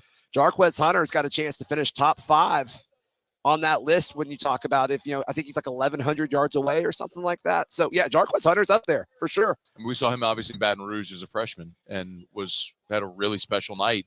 And with Quinshon Judkins now at Ohio State, I probably would take Jarquez Hunter as the best running back in the league right now. I mean, he's worthy of it for sure. He can do so many different things. He's an effective pass catcher. He's great at, blitz pickup. And then obviously he's so physical and he's got that breakaway speed too. He's a complete back. Zach Blackerby, Locked on Auburn, is when I think of Auburn, I always think of running backs, and then I think of really good defensive lines. Sure. Is the defense going to be any good? I think the back 7 is going to be really, really solid. They got a nice mix of experience and just, raw talent with youth. Kayan Lee is a corner that I'm really, really high on. He's going to be probably the number 1 corner when it's all said and done. The defensive line, they went out and added a bunch of role players, guys that were role players, solid players, but not stars at other places. So they need somebody to step up. They're bringing Keldrick Falk this week, the first time they've ever brought a true sophomore to SEC Media Days. So you kind of got the feeling that they think it's going to be him by giving him this platform and opportunity to represent Auburn. So he's certainly the guy to watch. He's very, very important. Look at the schedule with me. What stands out on Auburn's schedule? No LSU. I was going to ask about that, but it's so strange. I agree, and you and I have had this convo, and my audience, like everybody knows this about me. LSU, and not having a traditional rival, LSU will never have an Auburn, Alabama. It'll never have an Egg Bowl. You'll never have that thing. So a lot of it's generational based on who was the team at the time. So for like my grandfather, he'd tell you Ole Miss. For my dad, he'd probably look at Alabama because of Bear in the 70s. And all that. For me, like my coming of age was watching LSU lose the interception game, win the bring back the magic game in 95, the barn burner in 96, the Cecil Collins game in 97. I mean, you can go through the list of all the amazing games. Every game in the series was so dramatic and just not normal. It's an incredible rivalry. So it's my favorite one that LSU plays. I'm with you. Because that's what I grew up in. Bama has meant more lately. Sure. Florida in the 6, 7, 8 range when they were kind of volleying national championships there were massive games at LSU in Florida. Yeah. So like there's kids, I say kids, but there's probably 20, 25-year-olds that would tell you Florida's the biggest game because that's what they came up in. Mm-hmm. So I'm bummed that they're not playing Auburn, but I understand, man, you can't make an omelet without breaking a few eggs. And that's part of what you sacrifice. But specifically on this slate, what is the thing that jumps out where you go, that's the part where you got to be mindful? Well, I mean, you don't play a home game in October. You go to Georgia bye week, to Missouri, and to Kentucky. And Auburn's got to find a way to win at least one of those. And I think the most likely one is in Lexington, I would guess. But obviously, if you can still win against Missouri, who's probably going to be top 10 at that point, you certainly take that. Starting out, I mean, Auburn's in a prime spot, I think, to start off 4-0 with Alabama, A&M, Cal, New Mexico, and Arkansas. Them hosting Oklahoma, I think, is the most important game on their schedule because if they go 5-0, all of a sudden they're in a real, that over-under of 7.5 wins. If you win your first 5, that puts you in a really good spot to do that. It's going to be Oklahoma's first road game in the conference. I think all the pressure's going to be on Oklahoma. That's an important one. Can Auburn, so would you just play, Auburn should start 4-0. Right, that's not crazy. And then get Oklahoma at home. If you win that, you're 5-0. Then you've got the 3 games we mentioned, at Georgia, at Missouri, at Kentucky. Even if you go 1-2, you're a 2-loss team right there. You beat Vandy at home. You get an open date before you host ULM, and then you get A&M and the Iron Bowl. I mean, it's the easiest schedule Auburn's had in a long time. Is 10-2 is that something people are? Is that the ceiling? I think so. Is it realistic? I mean, you just went through it. What is Oklahoma? I'm not as high on Oklahoma as a lot of people are. And talking to a lot of Oklahoma media here this week, they're replacing an offensive line. They've got a new quarterback. You don't just fix that. I mean, how often has that really worked? Right? You don't really see that to be the recipe to succeed. And then, obviously A&M at home is super, super crucial. But, Auburn's great at home. This is what can they do on the road? Can you beat a Missouri? Can you beat a Kentucky away from Jordan-Hare Stadium? Zach Blackerby, locked on Auburn. Appreciate it, man. Hey, always great to chat with the GOAT. Michelli Weighing and Measurement, Michelli.com with 30 offices across 11 different states. If you weigh or measure something, Michelli sells, services, rents the products used to weigh and measure. No matter where you are, you can ship your precision measurement devices to Michelli, and they'll calibrate them for you, send them back, or they'll just come to your office, pick them up, and bring them back. They can also do on-site calibration. If you have equipment that can't leave or you don't want it to leave, they can come do on-site calibrations as well with their mobile calibration labs. It's Michelli Weighing and Measurement, online at Michelli.com. Louisiana-born, Louisiana-owned and operated for 76 years. They've continued to grow, expand their footprint while maintaining that local ownership, local feel, handshake deals, face-to-face sales. It's Michelli Weighing and Measurement. They're also hiring. Check out the careers tab at Michelli.com. Again, online at Michelli.com, Michelli.com. All right, we continue to roll on here on a Thursday edition of After Further Review, covering day number 4 of SEC Football Media Days. We're going to grab a break, come back on the other side. We'll circle back to the Oklahoma Sooners. Oklahoma took their turn on Tuesday. We didn't really go too in-depth, so Matt's going to sit down and talk with Eddie Radosevich from Sooners Scoop next on AFR. AFR. Rouse's, official supermarket of the New Orleans Saints, Rouse's.com. Rouse's.com. Man, you know, like, if you're driving on I-10 from, like, Lake Charles to Orange Beach, Alabama, there's like 70 Rouse's. No matter where you are, there's one near you. So if you need to make groceries for your mom and them, you go to Rouse's. You want to save money, you know what you do? You go to Rouse's.com or download the Rouse's app. Or you know what you do? You look for the little weekly ad right there, see all the different special items, all the sales items, how you can save money over at Rouse's. Need dinner plans tonight? Don't have dinner plans tonight? Don't feel like cooking? No worries. Let Rouse's take care of it. They got something for everyone in the family. Their hot bar is fantastic. Hot and boiled seafood options. They've got grab-and-go sushi. Go make your dinner plate.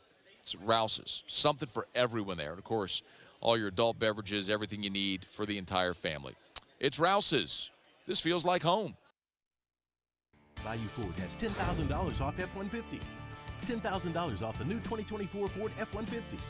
And all new Bayou Ford vehicles come with a 7-year, 100,000-mile warranty. The crew at Bayou Ford is going to do right by you. There's nothing chill about a hot, sweaty line. Unless you add Mountain Cold Refreshment. Coors Light. Choose chill. At Relief Windows, we're more than windows. We're windows, doors, hardy plank, and vinyl siding. But our number one product is always customer satisfaction. Visit us online at reliefwindows.com. The Windsor Senior Living Community in Mandeville, Louisiana is a beautiful, vibrant apartment community geared towards seniors. They are nestled right in the heart of Mandeville, where seniors live a more carefree lifestyle in spacious apartments with the peace of mind that comes from having a little extra help. Call the Windsor at 985-624-8040 to schedule a lunch and tour. Come see how the Windsor can be your passport to peace of mind. Farming is a way of life for us. It's not something we get up in the morning and dread going do. It's just something we go to bed at night looking forward to getting up to go do. John Deere equipment is what we as farmers strive to have. So it's in your blood, it's in your veins. It's just a part of who you are. Green is what we want to be in. The other tractors were acquired to patch it up to get to where you want to be. Where we want to be is in John Deere. Flip the switch and learn more about what it means to be powered by sunshine at sunequip.com. Gulf Coast Office Products is a nationally recognized Savin office equipment dealer based right here in Louisiana. Over 100 employees strong, Gulf Coast has the boots on the ground to support all vertical markets, from education, engineering, legal, and finance. With the latest in office technology, from desktop to production segment units, Gulf Coast and Savin have the perfect fit for you. Call 225-756-2644. That's 756-2644 for Gulf Coast Office Products. Breck teamed up to reimagine your parks, and you imagined big. With your help, we went to work, creating 12 beautiful community parks across the parish. A family-sized water park, miles and miles of trails, and parks just for your dogs. There are more places to splash, to explore, to run wild, and even soar. You imagined, we delivered. Gold. Breck, your #1 park system in the nation.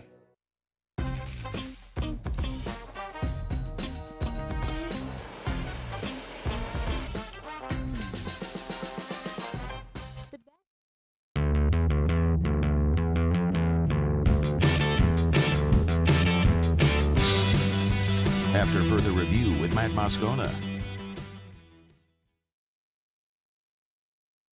Roll it along, Radio Row, SEC Football Media Days. Our coverage all week presented by Parish Construction and Roofing, parishbuilt.com. Also presented by Rev Business and Relief Windows. I met Eddie Radosevich last year at SEC Football Media Days. He said something about like being the new guy in prison and having to beat up Vanderbilt to win your spot.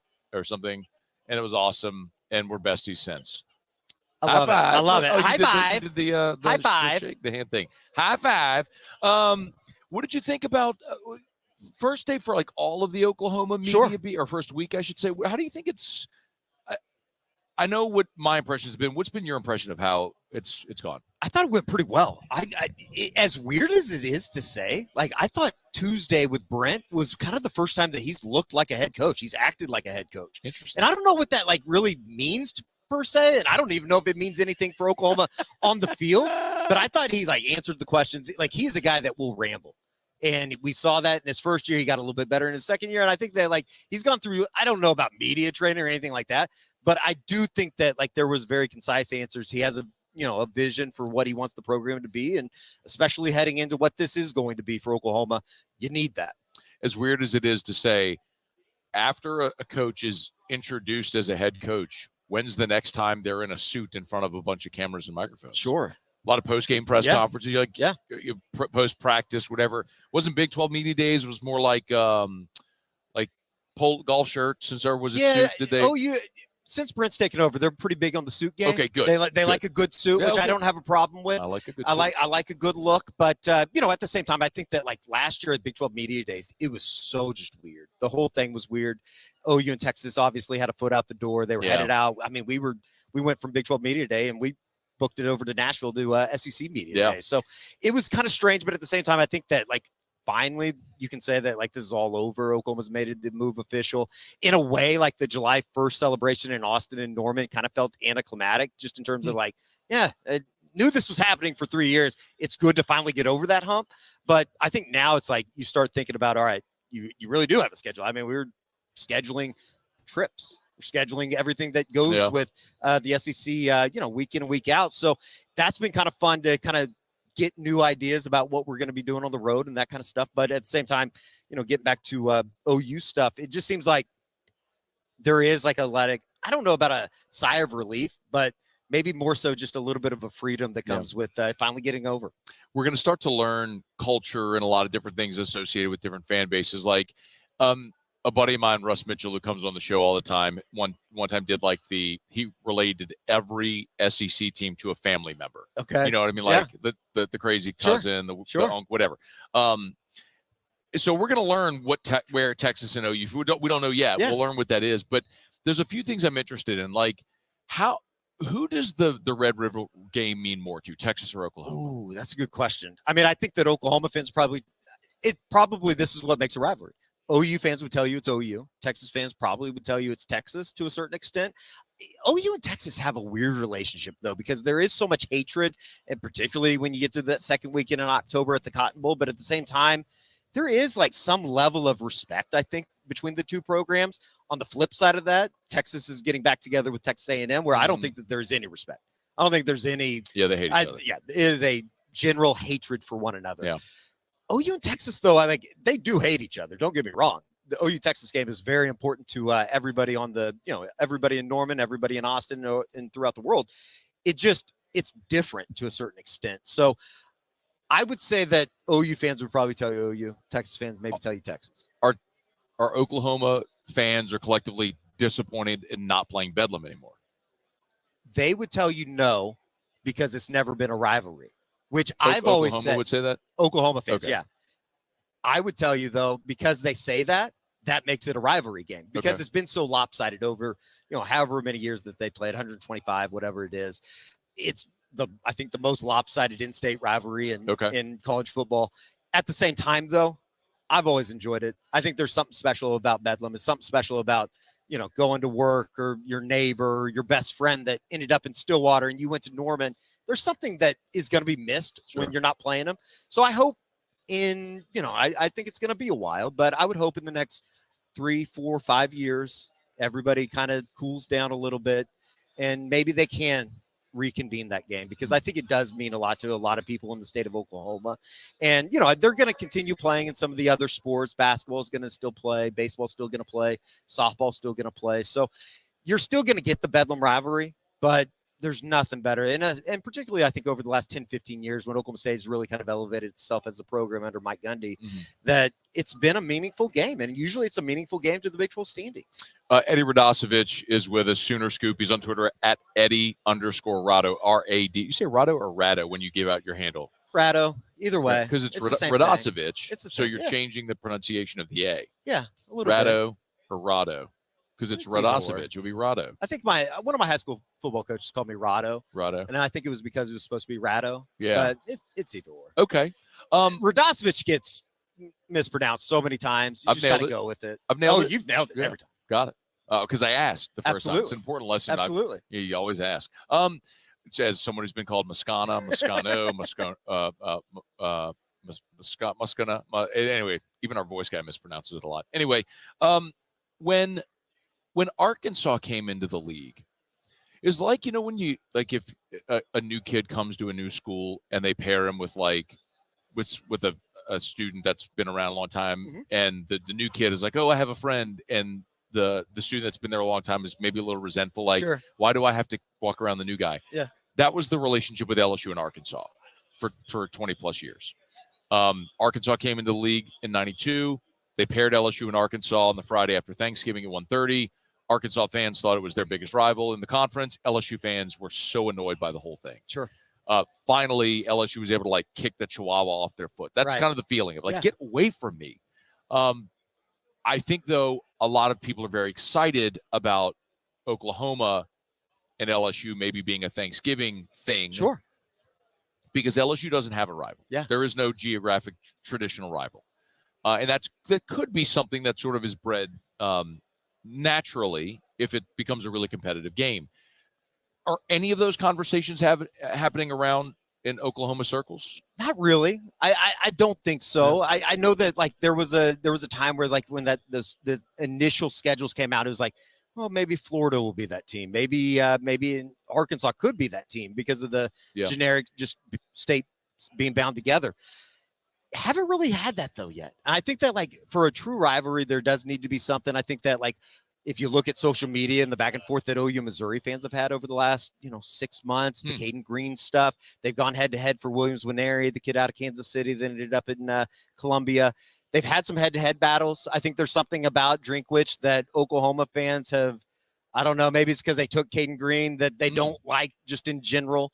And I think maybe even more so, it goes all the way back into the Big 8 days when, you would have the basketball teams going against one another. You had a little bit of that in football. Even in the mid-2000s, you had that with Chase Daniel and some of those runs that the Missouri folks had. So there's been something there, but I think that because the level of what Oklahoma football is and what the level of Missouri football historically has never really matched up. I don't know if that's necessarily a rivalry. I think that LSU, certainly with what they've been able to do over the last 2 decades, really, it's at least something to stand on. Yeah. So it'd be fun. And like I've told you before, if you're asking me to come to Baton Rouge every other year, especially around Thanksgiving time, come on.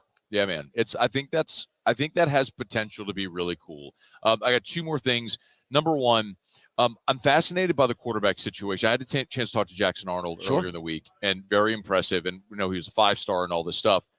But the guy that, and you can correct me, it feels very much like Dylan Gabriel was told, "Hey, you're not going to be our starter because we're handing the reins to the young guy, the 5-star." Yeah, I mean, I think that happened even before last season too. I think everybody kind of knew this is going to be Dylan's final run, because I think the original plan for Dylan was he's going to go play 2023. He's going to go to the NFL draft. He's going to get drafted. Yeah. Everybody's going to be happy.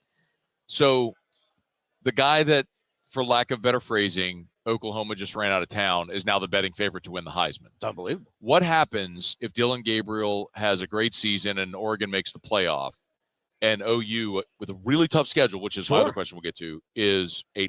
I think that's a reality. Right? I think that's a reality. And, I love Dylan. He was awesome in his 2 years in Norman. We always had a really good relationship. At the same time, though, I think for the progress of the program, for the progress of moving into the SEC, everybody, I think, looked at one another and said the time is now. You got to make the move now to move into the Jackson Arnold era, because I do think that, even this year, as many struggles as they might have in even starting a sophomore quarterback technically, who will truly be a freshman in some instances, making his first road start at Auburn on September 28th, you're going to have to go with the doldrums. But I think that like the ceiling and the high side of what Jackson Arnold can be, I think he can be in that upper echelon of Oklahoma quarterback. Okay. You just got to temper your expectations in your number one, which is going to be hard with all of the expectations that go into the season. Okay, so there's Oklahoma's schedule. It's terrifying. It's so, and I don't mean to create like a Texas Oklahoma. I don't know how y'all do this, and I don't really care. But like, it's almost as if Texas, the schedule makers, were like, here, make your schedule. Yeah. We've already made Oklahoma's. Texas has a path paved in gold, and it will not be like that every year in this league. It won't be. It just it can't be with the way this league goes. But Oklahoma's is the antithesis of that. Yeah. It is a schedule full of tricky spots, landmines, and really tough games. So when you look at it, what conversations do you have when you see this? I mean, if they could go 9-3, it would be a fantastic, unbelievable year. Truly. And to say that at Oklahoma, a 9-3, sometimes that gets somebody on a hot seat. I don't think that's going to get Brent Venables on the hot seat after 2024. But I mean, there are so many games, and I think that like it's almost become redundant in a way of, you look at the schedule and there's 4 or 5 games that are all those classic swing games. Are you going to be able to get through Tennessee, who has a really good defensive line, against an offensive line in Oklahoma that's probably still going to be figuring things out with a sophomore quarterback? Yeah. You get through Auburn, which, obviously that's going to be a tremendously tough game just because it's the first road game that Oklahoma's going to play, not just a road game. Has Oklahoma ever played at Auburn? No. Never. I don't think so. I think they played twice before, which is kind of weird. Like, there are so many of these SEC teams that aren't even on the schedule this year. They're playing South Carolina this year. First time they've ever played South Carolina. It's going to be it's a bear of a schedule. Obviously, they got their work cut out for them. I think that the one thing that Oklahoma fans have kind of fallen back on is they have done a really good job of recruiting. They have done a really good job of filling needs through the portal over the last couple of years. And I think that when you look at the defense, it is going to be, and you got to remember where Oklahoma's coming from defensively. I think you saw that in 19 over at the Peach Bowl. Yeah. It's coming from nothing. This is going to be one of the better defenses Oklahoma's had in the last 2 decades. Okay. Straight up. So we'll see. There are probably a couple defensive linemen still short that you would like to be going into the SEC. But at the same time, I think that they do have the horses that could carry them to get to a 9-3 if things were to break right. Now, here's the biggest key for them going into this year. 3-7 in 1-score games under Brent Venables in the first 2 years. Ew. And what a number. If you can't find a way to win games in the fourth quarter in this league, I don't have to tell you how that's going to go. That's going to go badly. Yeah. All right, Eddie Radosevich. He already beat up Vandy. He belongs. High five. Hey, there it is. We got it. We got it. I don't know why I keep going with my right hand. I didn't squeeze. Like you did the high five where you squeezed. I didn't squeeze that time. We're just going like that. Yeah, I was just high fiving. Just like a high five. That was all. There we go. Next time I'll just fist bump you. How about that? There we go. But if you say Borat and you go high five, then you have to high five. I failed. This is it. They're not going to let me back. They're not going to let me do Atlanta next year. Follow him on Twitter at Eddie_Rado.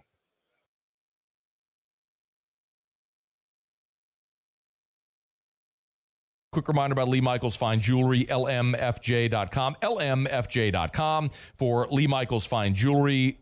They're the best. If you are, gentlemen, thinking about popping the question and you're thinking about where am I going to go buy that diamond, I want you to consider this. There are places that will sell you man-made lab diamonds, but what are you buying?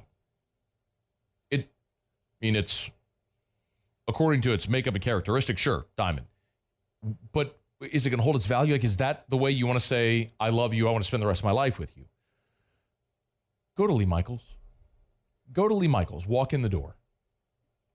Experience the thing I talk about all the time, which is the Lee Michaels experience. It's Lee Michaels Fine Jewelry with 10 locations. Baton Rouge, 2 locations in Baton Rouge.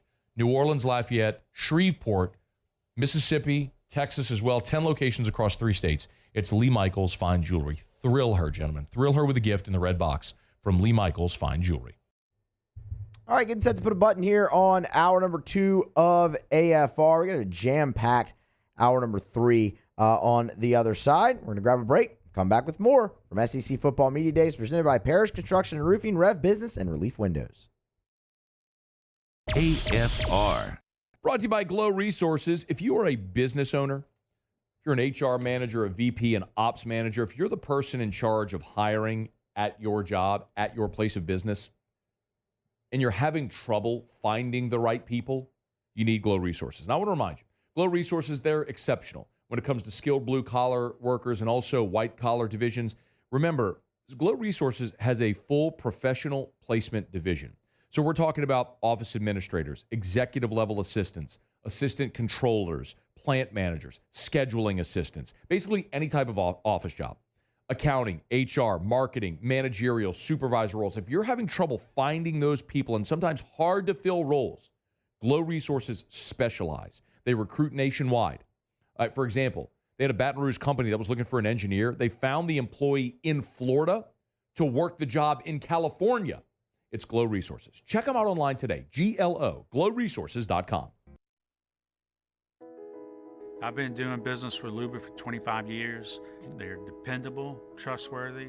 It's just the attention to detail with our clients. Our folks have years and years of experience. They're highly trained professionals. But many companies have that asset. What I'd like to think makes Luba a bit different is that we use those talents in a way that truly is dedicated to serving the needs of the folks who depend on us. There it is, the extra mile, on the border of expected and extraordinary for those willing to go further, like vans customized for work or play, with safety and tech to keep you connected, supported by a 5-star sales, service, and finance team, and backed by the 1-star you know. So go the extra mile. It's never crowded, because so few have what it takes to go there. Mercedes-Benz Vans. At Relief Windows, we're more than windows. We're windows, doors, hardy plank, and vinyl siding. But our #1 product is always customer satisfaction. Visit us online at reliefwindows.com. Oh, by the way, we do shutters too.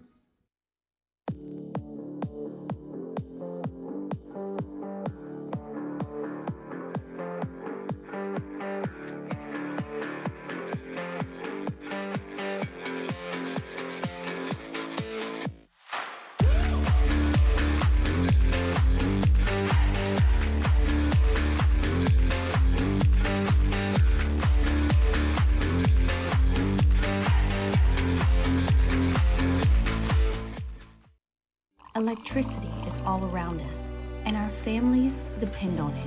Every day is sparked by the power of a cold drink or a warm meal, a movie night, and a comforting light at the end of a dark hallway.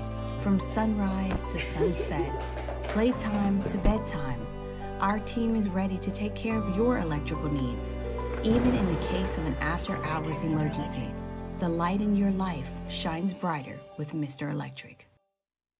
Hey, it's Matt Moscona. For years, you've heard me tell you about Insurance Network of Louisiana, helping you find better coverage for less money. But it's not just for your home and auto. They also offer commercial property. So, retail stores, professional offices like doctors, dentists, attorneys, clothing boutiques. Insurance Network of Louisiana can find you better coverage for less money. They service the entire state of Louisiana, and they're local. So call today at 293-0450 or lainsurance.net.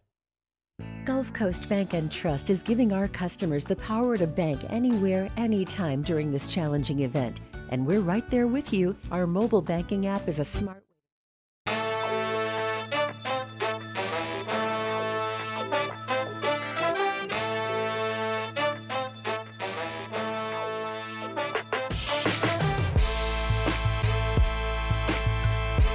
After further review with Matt Moscona. Always a pleasure to tell you about our friends at the Williamson Eye Center. Check them out online at williamsoneye.com. They've got locations all over the greater Baton Rouge area. On the Baton Rouge General Campus, you turn off a Bluebonnet onto Pickard, you make that right. And then right there at the stop sign, the building on the right, the first 2 floors, that's the Williamson Eye Center. State-of-the-art dry eye center, and it's full service. Of course, they have their state-of-the-art surgery center there where you can have your LASIK or whatever surgical procedure you're having. But they have your standard annual eye exam as well at the Williamson Eye Center. Learn more at williamsoneye.com. The thing I tell you every day is take the advice that I was given and change your life.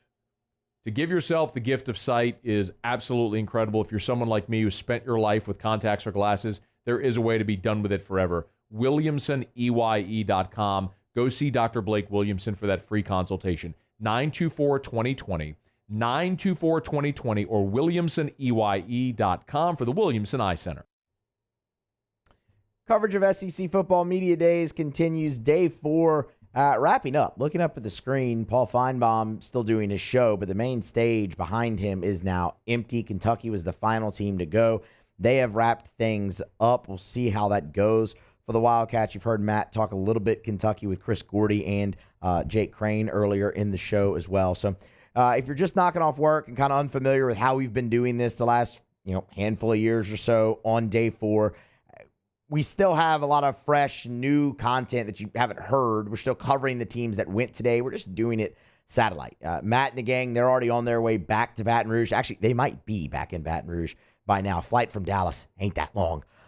You really just kind of go up and then go down. So they actually might be back already. So, we just have a bunch of stuff canned from the week. I mean, we've heard from Auburn who went today. We've heard from Texas A&M already who went today. One of the teams that we haven't heard from is the team that led the entire event off earlier today, and that's the Arkansas Razorbacks. Sam Pittman on the hot seat, to say the least, over there in Fayetteville. We'll let you hear about Arkansas when we come back here on AFR. So that's kind of how we're doing things, just anchoring, tossing to the interviews, and we'll do that for one more hour. We have a look at Arkansas. We have a look at Ole Miss. We're going to circle back to the Rebels because Ole Miss went day 1.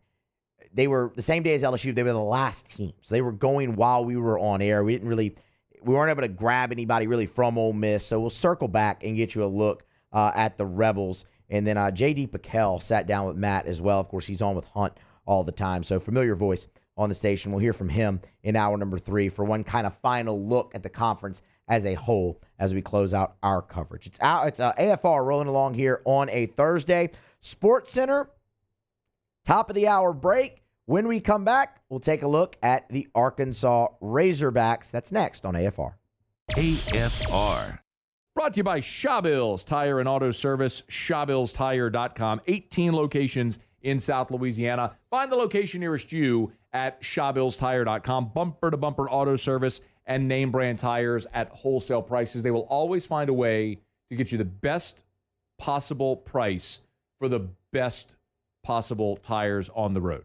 That's what they do at Shawbills. And when they get you in by selling you the best tires, the cheapest price possible, they're going to treat you like family, and they're going to treat you so good you're going to keep coming back year after year after year every time you need anything for your vehicle. Tires rotated, oil changed, check engine light on, brakes squeaking, whatever's wrong with your vehicle, bring it to Shawbills. Let them give it the once-over, and you can always schedule online, so it's convenient. ShawbillsTire.com. Find the location nearest you at ShawbillsTire.com.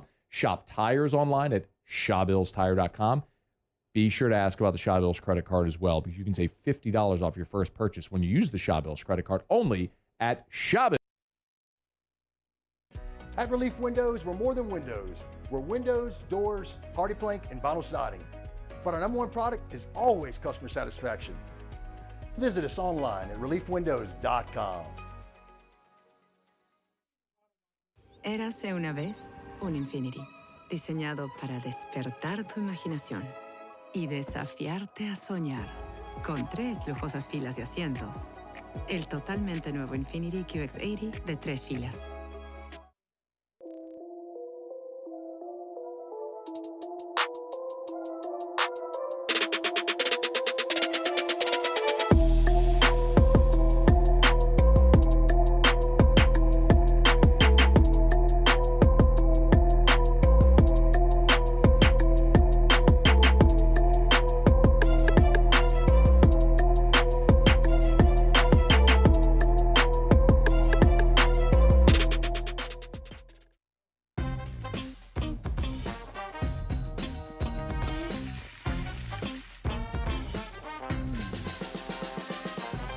The best-kept secret in town is out. Discover Tallulah at the Renaissance Hotel on Bluebonnet. Bayou Chrysler Dodge Jeep Ram is taking $20,000 off new 23 Ram 1500 trucks. We're open for business in our beautiful new showroom and taking $20,000 off the powerful Ram truck. All new Bayou vehicles come with a 7-year, 100,000-mile warranty. The crew at Bayou Automotive is going to do right by you. I've been doing business with Luba for 25 years. They're dependable, trustworthy. It's just the attention to detail with our clients. Our folks have years and years of experience. They're highly trained professionals, but many companies have that asset. What I'd like to think makes Luba a bit different is that we use those talents in a way that truly is dedicated to serving the needs of the folks who depend on us. Jerry and Benny Payne began Central Plumbing Company out of their driveway in Tanglewood subdivision. 50 years later and 4 generations down the road, we continue to serve Baton Rouge and the surrounding areas for all of their plumbing needs.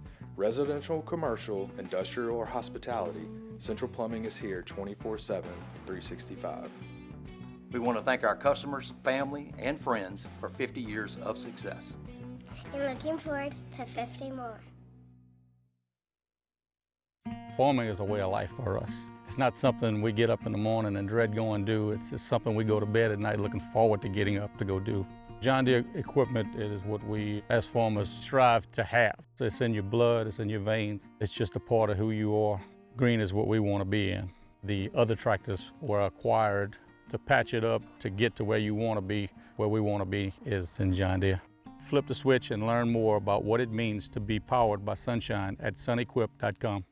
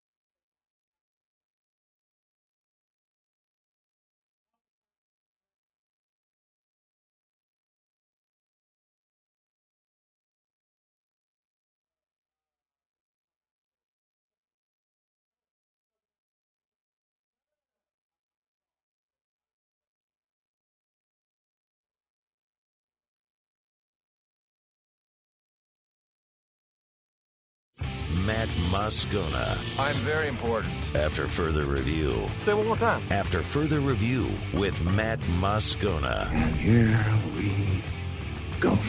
Live from the Mercedes-Benz of Baton Rouge Studios. That's right.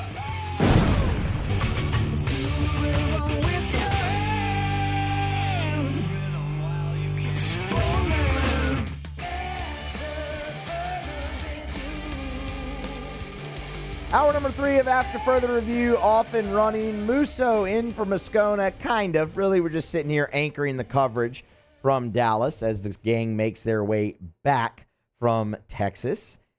And we have 1 hour to go. 1 hour in the books. We haven't taken a look at Arkansas yet, so we're going to do that momentarily. We're going to look at Ole Miss as well here as we drive you home in the 5 o'clock hour. Jordan Kitchens, Paul O'Neill along for the ride as well. All right, Sam Pittman. He's on the hot seat. Not many people think he's going to make it through the season. If he does, not many people think he's going to make it to next season. Let's get a closer look at the Arkansas Razorbacks. Matt sat down with our buddy John Nabors earlier in Dallas. Final day, Radio Row, SEC Football Media Day. Is our pleasure to be joined by our good buddy, John Nabors from Locked On Razorbacks. How are you, dude? Man, I'm good. You know, final day, best day, right? So, something like that. That's what they say. Did they do Kentucky dirty by making them the last program here. Dude, I am so glad you brought up. I don't know if you remember this, and I'm trying to remember what year. There was a year where Kentucky went last back when we were in Hoover, and it was one of the first years Mark Stoops was there. And I remember it was so weird because he was the very last. There was like nobody in the main room. He got asked 2 questions, and one of them was about basketball. And I remember I felt so bad. And then I see him again this year. And obviously they've gotten better, but like, yeah, I think anybody that goes last kind of gets done dirty, but especially Kentucky, yeah, you can't do that to them. Arkansas starts things off today, and it's always interesting because LSU and Arkansas are going to play. The narrative with Sam Pittman every year has been here. It's like, man, you're such a nice guy. Who among your schedule makers hates you so much? It looks more manageable this year. Am I missing that? No, I think as far as it goes, it's not easy, but it's probably the easiest schedule Arkansas has had in quite some time because their toughest games are at home. You know, you got LSU at home, you got Ole Miss at home, you got Texas at home, you got Tennessee at home. You only have 3 true SEC road games, and it's Mississippi State, Auburn, and Missouri, and then you have the game in Arlington against A&M. So this is about as good as you could ask for, especially in the modern era, the new era of the SEC. But the problem is that you could have an easier schedule, but if you don't have the team to put it together and to win some of those games, and most of those games, it's not going to matter. So that's the concern, is not the schedule, not anything like that. It's just about, is this team actually going to be better than what we saw last year, because it was pretty abysmal. Are they going to be better? I think so. I really do. Now, does that mean going from 4-8 to 6-6? Probably. But they will be better, because last year the defense actually made improvements from 2022. They were one of the worst pass defense in the country. I think they actually were statistically. And they made tremendous strides. They held Ole Miss to 27 points. They gave LSU all they wanted. They gave Alabama all they wanted on the road. So they were in those games. It's just, but the offensive line was trash. It was so bad. It was so weird seeing that from a Sam Pittman team to have such a bad offensive line. But they struggled. The offense, like my brother in Christ, I saw a game that ended 7-3 in regulation between Arkansas and Mississippi State at home. I watched that game. Like no one should ever have to go through that torture. So I think they'll be better. It's hard to be worse, but I do think this is a team that makes at least a bowl game. The 2 worst games regular season in recent SEC history has to have been that 7-3 game you mentioned. Do you remember the 3-2 Auburn Mississippi State game in regulation? It's the common denominator is Mississippi State, I guess, right? Yeah, that's right. Because was it Sylvester Croom, right? Was he the coach of Mississippi State at that time, I think? Let's go with it. Yeah, that sounds right. Sounds something like that. But, yeah, it was because I didn't get to see the field goal that Arkansas made, because they got an interception in the first possession of the game in field goal range already. That was the only points they scored, and I still missed it. And I had to sit there and watch that in the entire thing. And I'm just like, I'm going to tell my kids about that one day. It's going to be great. John Nabors is with us, locked on Razorbacks, talking some Arkansas. I guess outside looking in, KJ Jefferson was such a staple at Arkansas for so long. It's just weird to see him continue to play college football but not be at Arkansas. What happened there? Man, here's the thing. It's like I was always a big fan of KJ. We saw him make plays at times. You know, like I think it was this past year against Alabama on the road. He threw a defensive lineman off of him, and Nick Saban called it one of the greatest plays he's ever seen a college football player make, which I think is a little exaggerated, but still, he had so many moments like that. The problem is that even Razorback fans started to feel this way, and when they started to feel this way, I think the team maybe felt this way. There's just a disconnect. It started longer he was there. It just felt like he was further away from the program. You know, he wasn't going. It sounds weird, but it's like he wasn't going out and wearing Razorback gear anymore. You know, on his social media, he never posted about anything about football related. It was always about his cars and stuff, and you know, he never talked to the media much. It just felt like there was such a disconnect there. And, you know, obviously with a bad offensive line in front of him, new offensive coordinator Dan Enos was a disaster, did not work out, was not a fit whatsoever. And I think that once all that kind of happened, he shut it down a little bit. He's just like, I'm not doing this. I don't want to play in this type of thing. And I think it was just one of those deals to where it's not that KJ Jefferson's a bad player, bad person or anything, but you've seen it in sports. Sometimes you just have so long at one place. It's just time to move on. It's best for everybody. Just like, hey, you've been here for like 5 years. It's time to move on. Trying to do something different. I think that's what ended up happening. I think it's going to end up being best for everybody involved. But, yeah, it was not the way you wanted to see the KJ Jefferson era end at Arkansas, but I think he'll be better at UCF. You brought up Dan Enos. I thought that would work. I've always been a fan of Dan Enos. So Bobby Petrino comes back. I know everybody that asked you anything about Arkansas is going to ask about Bobby Petrino. And, like, the fun connect the dots is like, well, what if it goes badly and they fire Pittman and then it's Petrino the interim? Like, I mean, is this one of those things where, like, it feels inevitable because it is inevitable and that Razorback fans actually would kind of embrace that? Interim-wise, yes. Because here would be the only way I could see that playing out. Arkansas first bye week is after their first 6 games. And if Arkansas is 2-4, which is a possibility, if they're 2-4 after those first 6 games, whether it's Sam Pittman gets fired or he steps down, whatever it is, I think that's actually a very good possibility. And, of course, it leads into the LSU game, would be the first one. And then if that happens, Petrino steps in as interim, but he's not going to be the permanent solution. Like, even if, say, they start 2-4 and then they finish the season going 5-1 the rest of the way, Bobby Petrino doesn't want to be a head coach in the SEC anymore. He just wants to coach offense. He just wants to coach quarterbacks. And so I think that it's a great, exciting thing. I think the offense is going to be so much improved. They've done a lot of pieces, not only with him, but also the additions they made in the transfer portal. But I don't think that it'll happen to be an interim basis, but if it does, it's going to be great for our business and great for content-wise because it'll be pretty exciting. But interim, yes. Long-term, absolutely not.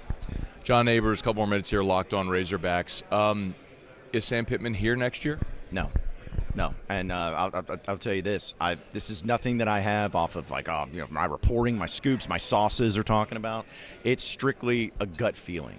I think that even if Sam Pittman went 7-5, 8-4, which would be a good year for Arkansas, going from 4-8 to that is a huge improvement. Say if he did that, I still think, in my thought, is he retires. I think he retires after the year. He had 5 years at his dream school. College football's changed so much since he's gotten here. He's not an NIL guy. He's just a good old football coach, and that's all he's wanted to do. But with the things changing so much, and he just doesn't seem like he has the joy of it anymore, just by the vibes he's given. He was laughing in his first and second year. He said, I'll just have me a cold beer. He doesn't do that anymore. So it just kind of feels like, and he loves Hamilton. He said he's going to be his last job.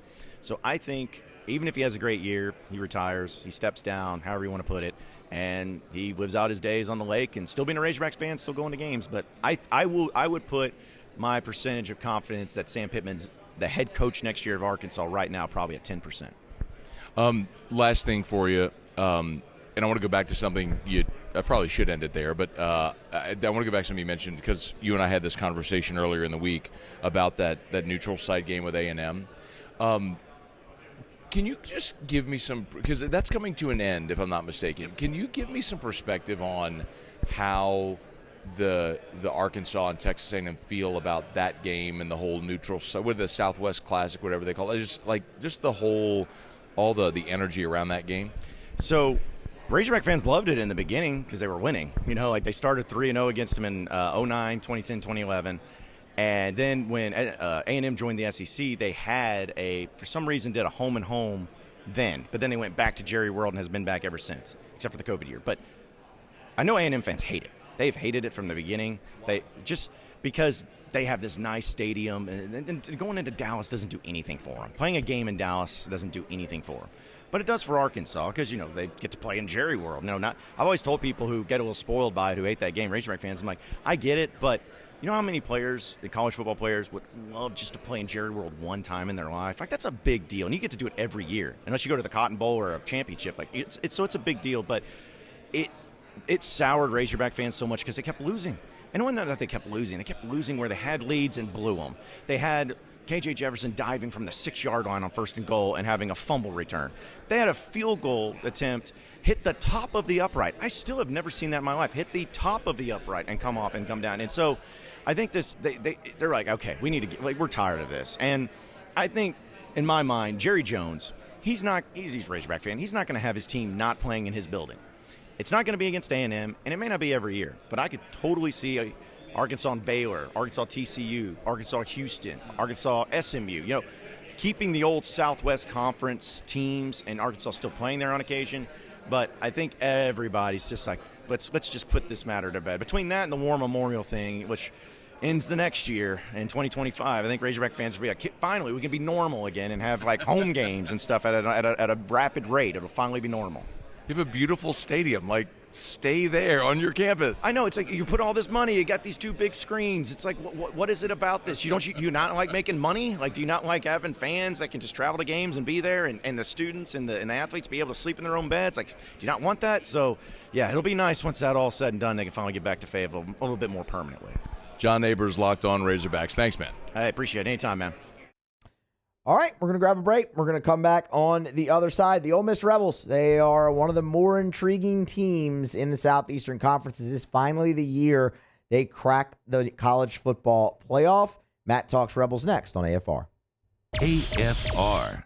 And when it is 94 degrees outside, I can't even imagine spending time outside during the Louisiana summers without a swimming pool. We got one at our house. I'll never own a home without a swimming pool again. If that's your dream, to have a beautiful custom pool built at your home, or if you had a pool that quite honestly just needs some upgrading, needs to be remodeled, you need Duplessis Builders. I'm going to give you the website. It's duplessisbuilders.net, duplessisbuilders.net. Y'all listen to this show for long enough, you know one thing about me. Especially when it comes to contractors, I'm never going to recommend to you the guy that's the cheapest. I'm going to recommend the guy that's the best. And that's the case with Duplessis Builders. Derek Duplessis, they're not going to cut corners. They will not compromise building standards to save a few bucks. At Duplessis Builders, they will walk away from a job before they put their name on something that is not to their standard. It's Duplessis Builders. If you aren't even thinking about building a pool, you owe it to yourself to give Duplessis Builders a look. DuplessisBuilders.net. There it is, the extra mile, on the border of expected and extraordinary, for those willing to go further, like vans customized for work or play, with safety and tech to keep you connected. Supported by a 5-star sales, service, and finance team, and backed by the 1-star you know. So go the extra mile. It's never crowded, because so few have what it takes to go there. Mercedes-Benz Vans. I've been doing business with Luba for 25 years. They're dependable, trustworthy. It's just the attention to detail with our clients. Our folks have years and years of experience. They're highly trained professionals. But many companies have that asset. What I'd like to think makes Luba a bit different is that we use those talents in a way that truly is dedicated to serving the needs of the folks who depend on us.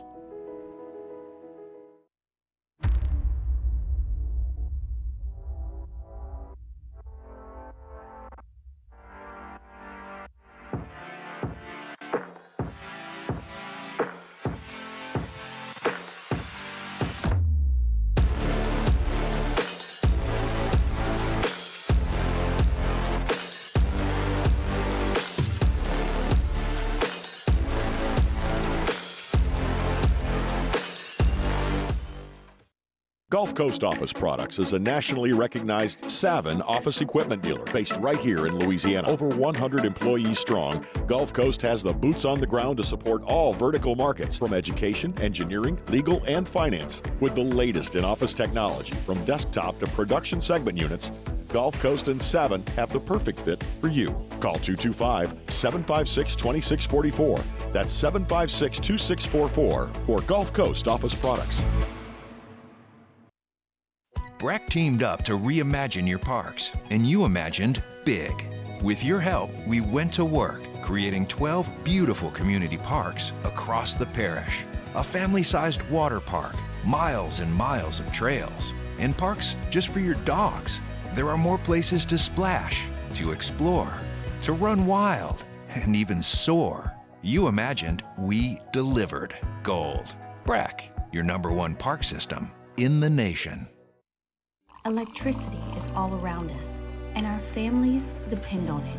Every day is sparked by the power of a cold drink or a warm meal, a movie night, and a comforting light at the end of a dark hallway. From sunrise to sunset, playtime to bedtime, our team is ready to take care of your electrical needs, even in the case of an after-hours emergency.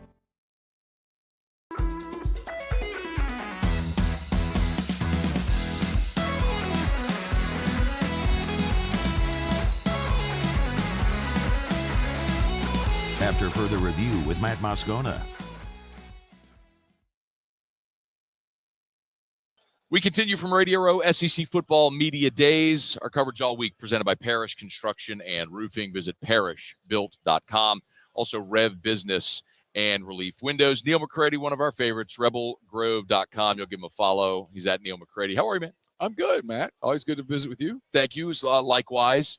Ole Miss this year, it feels like everybody's really high on the Rebels. Yep. They're a very trendy pick to be a playoff team. I think they're a playoff team. Do you think they're a playoff team? Well, they would have been one a year ago. And I think they're better this year than they were last year. Now, and I think the schedule's more favorable this year. So they have a lot going for them. I have told people this, and I don't know whether this is impactful or not with a bunch of players that transferred and that kind of thing, but I do think there's a difference in being able to get some mileage out of sneaking up on people and nobody talking about you and, hey, we're being disrespected and,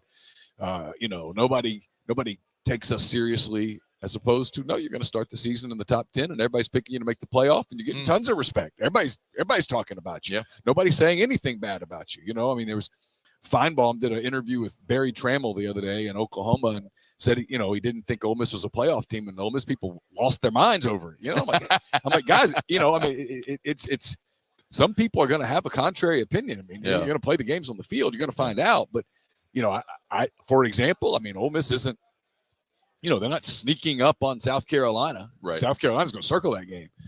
Kentucky's going to come into Oxford looking to upset them. And if they get to a place where they're undefeated when they go down to LSU, that's going to be a really big game down at LSU. Yeah. It's going to have a completely different feel to it than, some of the times when Ole Miss has gone into LSU as a mediocre team and it's kind of a whatever game. But they have the big workshop trophy that I think the loser should have to take home.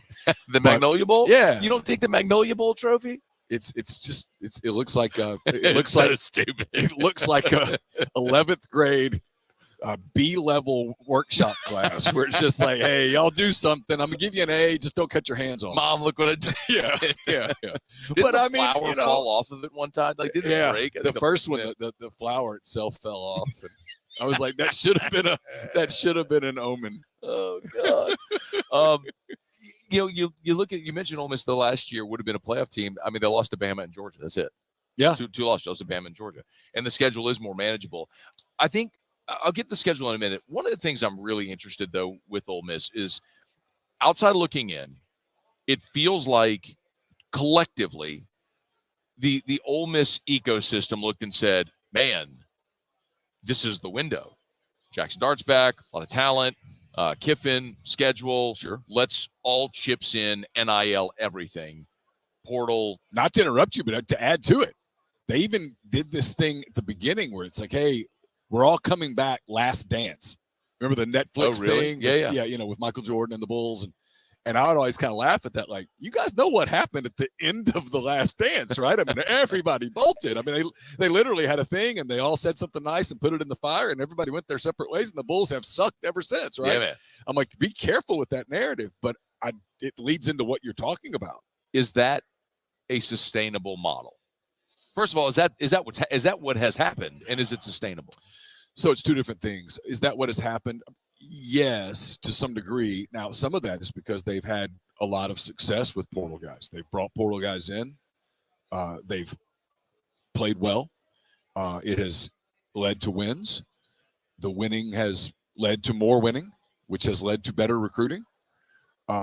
So I don't think that the program itself is being built for just this one season. Okay. Now, are there guys on this team who had other opportunities, NFL opportunities? I'm sure they could have gone into the portal and gotten another payday or a bigger payday, who stayed because they thought this particular team, this 2024 team, could do something special? Yes.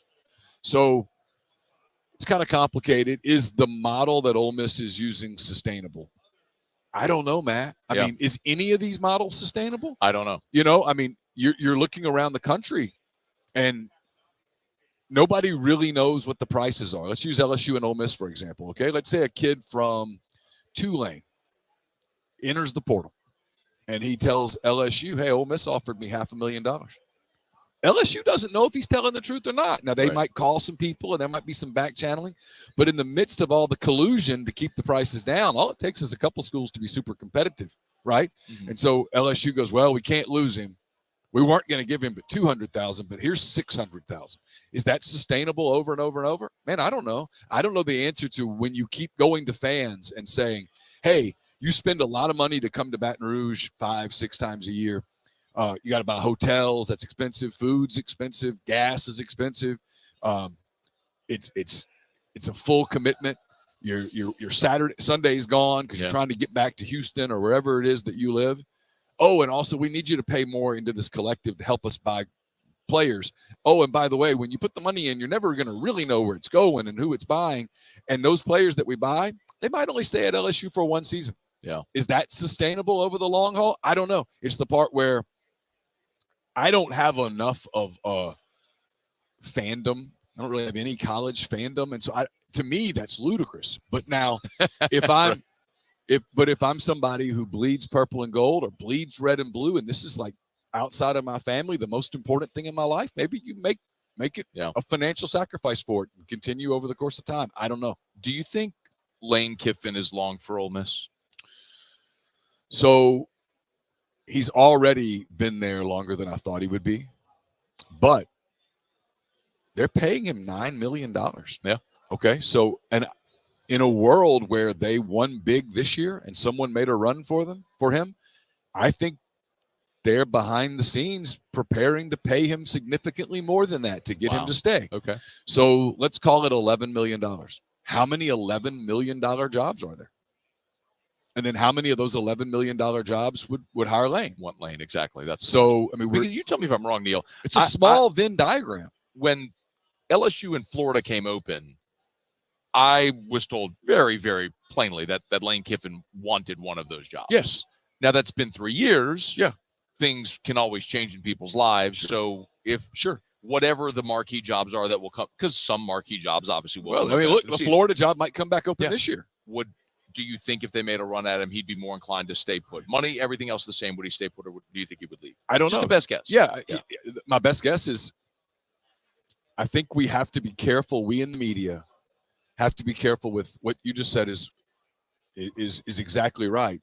Because something was true in 2018, 2019, 2020 doesn't necessarily mean it's true in 2024. Yep. What is Florida's NIL situation? What are they willing to pay Lane? What would they be willing to pay in terms of staff? Ole Miss is kind of bent over backwards, giving him everything he's wanted from staff, from support, all of those things. And they're willing to give more. Now, does Florida have more traditional resources than Ole Miss? Absolutely. There's more players in Florida than there are in Mississippi. It's a bigger name. But now, does the name matter in NIL era anymore? I don't know the answer to that. So my short answer to you is that I think there are a handful of jobs, Texas, LSU. That might be about it. I mean, it's a few that I think he would just jump for. I think he'd have some soul searching to do with Florida. Look, he could have gone to Auburn. And traditionally, Auburn's a better job than Ole Miss. There's no question about that. Historically, Auburn's a better job than Ole Miss. Today, with the NIL where it is, I don't know that Auburn's a better job than Ole Miss. Yeah, that's a great point. I get two more things. Neal McCready, Rebel Grove on Twitter at Neal McCready or X, whichever you call it still. When you look at Ole Miss's schedule this year, and this is one of the reasons I think a lot of people have them at least 10-2 and a playoff team. What's the thing that jumps out on the schedule? Where's the point in the schedule where you go, yep, that's the thing to keep an eye on?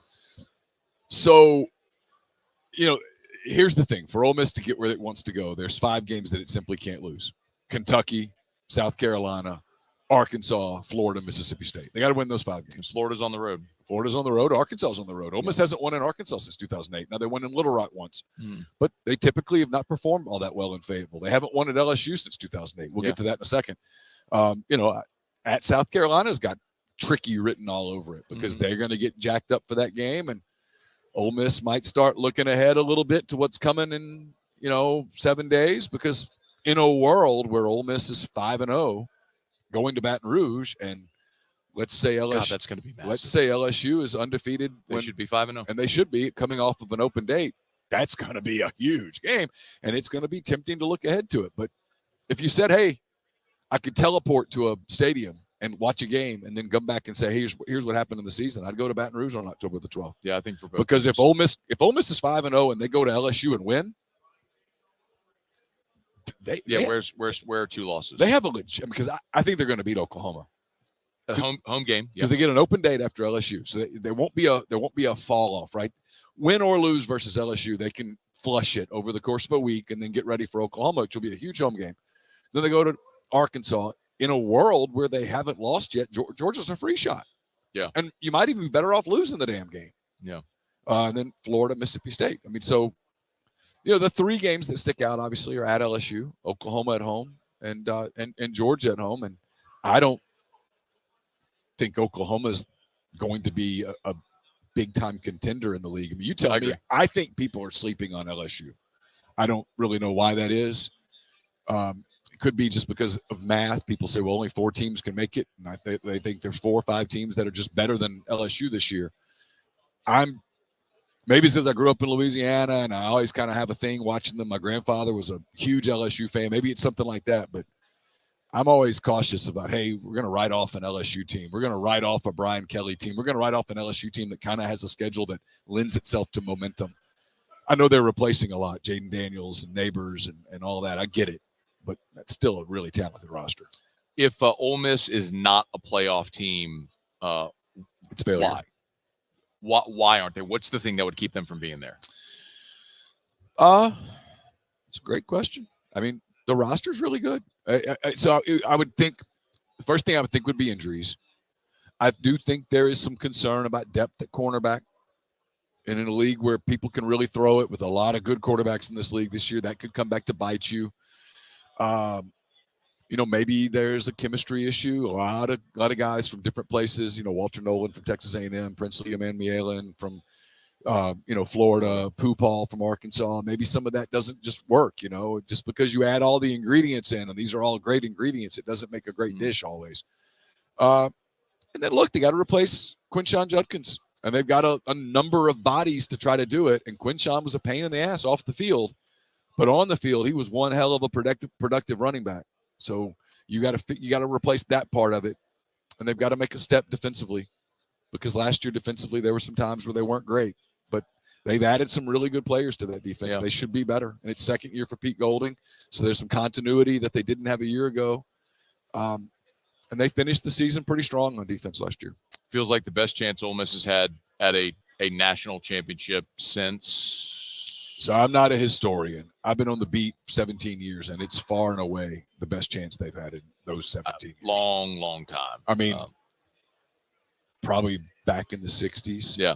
It feels like that. They had the couple of years with Eli Manning where they were great at quarterback, but they really didn't have it everywhere else. Yeah.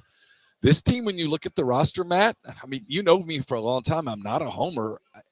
I've told you before when Ole Miss sucked. I can remember coming on your show and you were like, "What's 2011?" You were like, "What's a scenario where Ole Miss wins?" And I said, "There is no scenario." You're like a bomb hits the stage. I was like, LSU decides not to come. I mean, LSU has diphtheria the entire day. I mean, I guess. And that happened to be the day where Zach Mettenberger was taking a knee with 6 minutes to play. And you were like, I can't believe you're saying this. And I'm like, why? It's the truth, But no, I mean, this team doesn't have some glaring weakness. They have a third-year quarterback in the same system with the same coordinator. They got a lot going for them. I mean, they've got a real shot. I mean, look, if they go to LSU and win on the 12th, 11-1's not even. It's very much on the table. Yeah. At that point, you're either playing in the SEC title for a chance to get a bye, or you're hosting a playoff game in late December in Oxford. Interesting times. Neal McCready, Rebel Grove on Twitter at Neal McCready. I'll give him a follow. Thanks as always. Yes, sir.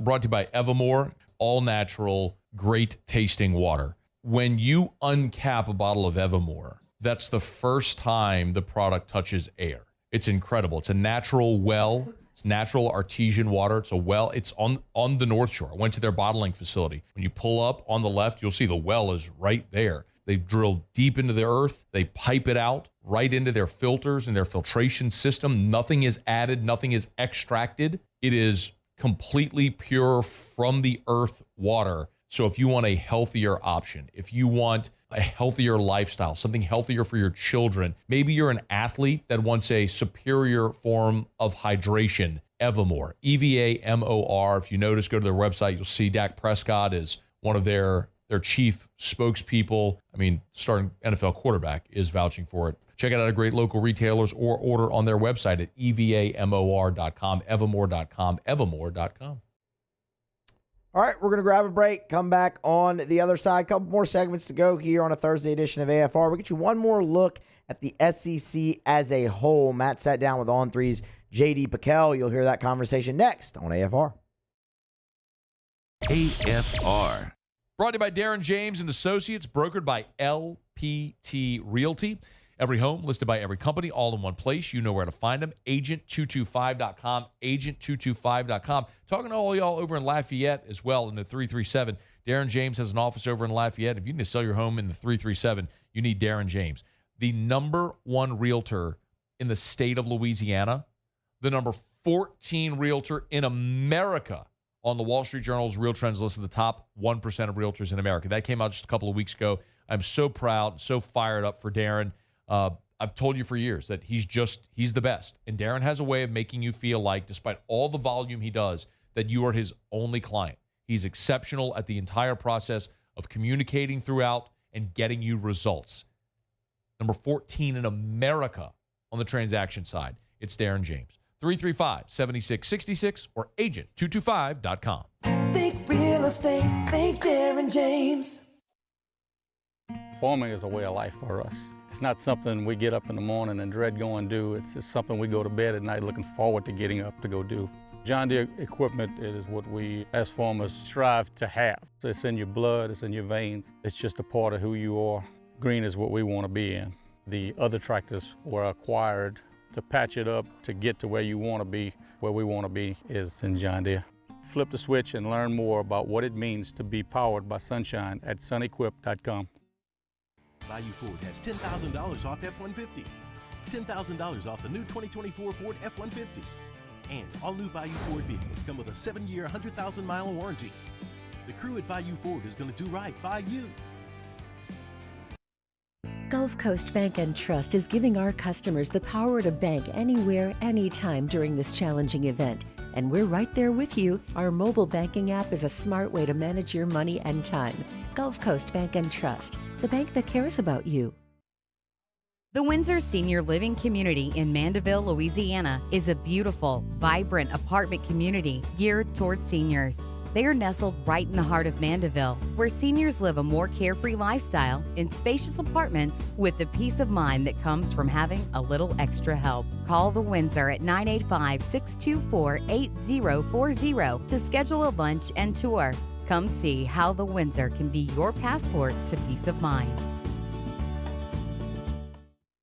Hey, it's Matt Moscona. For years, you've heard me tell you about Insurance Network of Louisiana, helping you find better coverage for less money. But it's not just for your home and auto. They also offer commercial properties. So, retail stores, professional offices like doctors, dentists, attorneys, clothing boutiques. Insurance Network of Louisiana can find you better coverage for less money. They service the entire state of Louisiana, and they're local. So call today at 293-0450 or lainsurance.net. I've been doing business with Luba for 25 years. They're dependable, trustworthy. It's just the attention to detail with our clients. Our folks have years and years of experience. They're highly trained professionals, but many companies have that asset. What I'd like to think makes Luba a bit different is that we use those talents in a way that truly is dedicated to serving the needs of the folks who depend on us. Jerry and Benny Payne began Central Plumbing Company out of their driveway in Tanglewood subdivision. 50 years later and 4 generations down the road, we continue to serve Baton Rouge and the surrounding areas for all of their plumbing needs. Residential, commercial, industrial, or hospitality, Central Plumbing is here 24/7, 365. We want to thank our customers, family, and friends.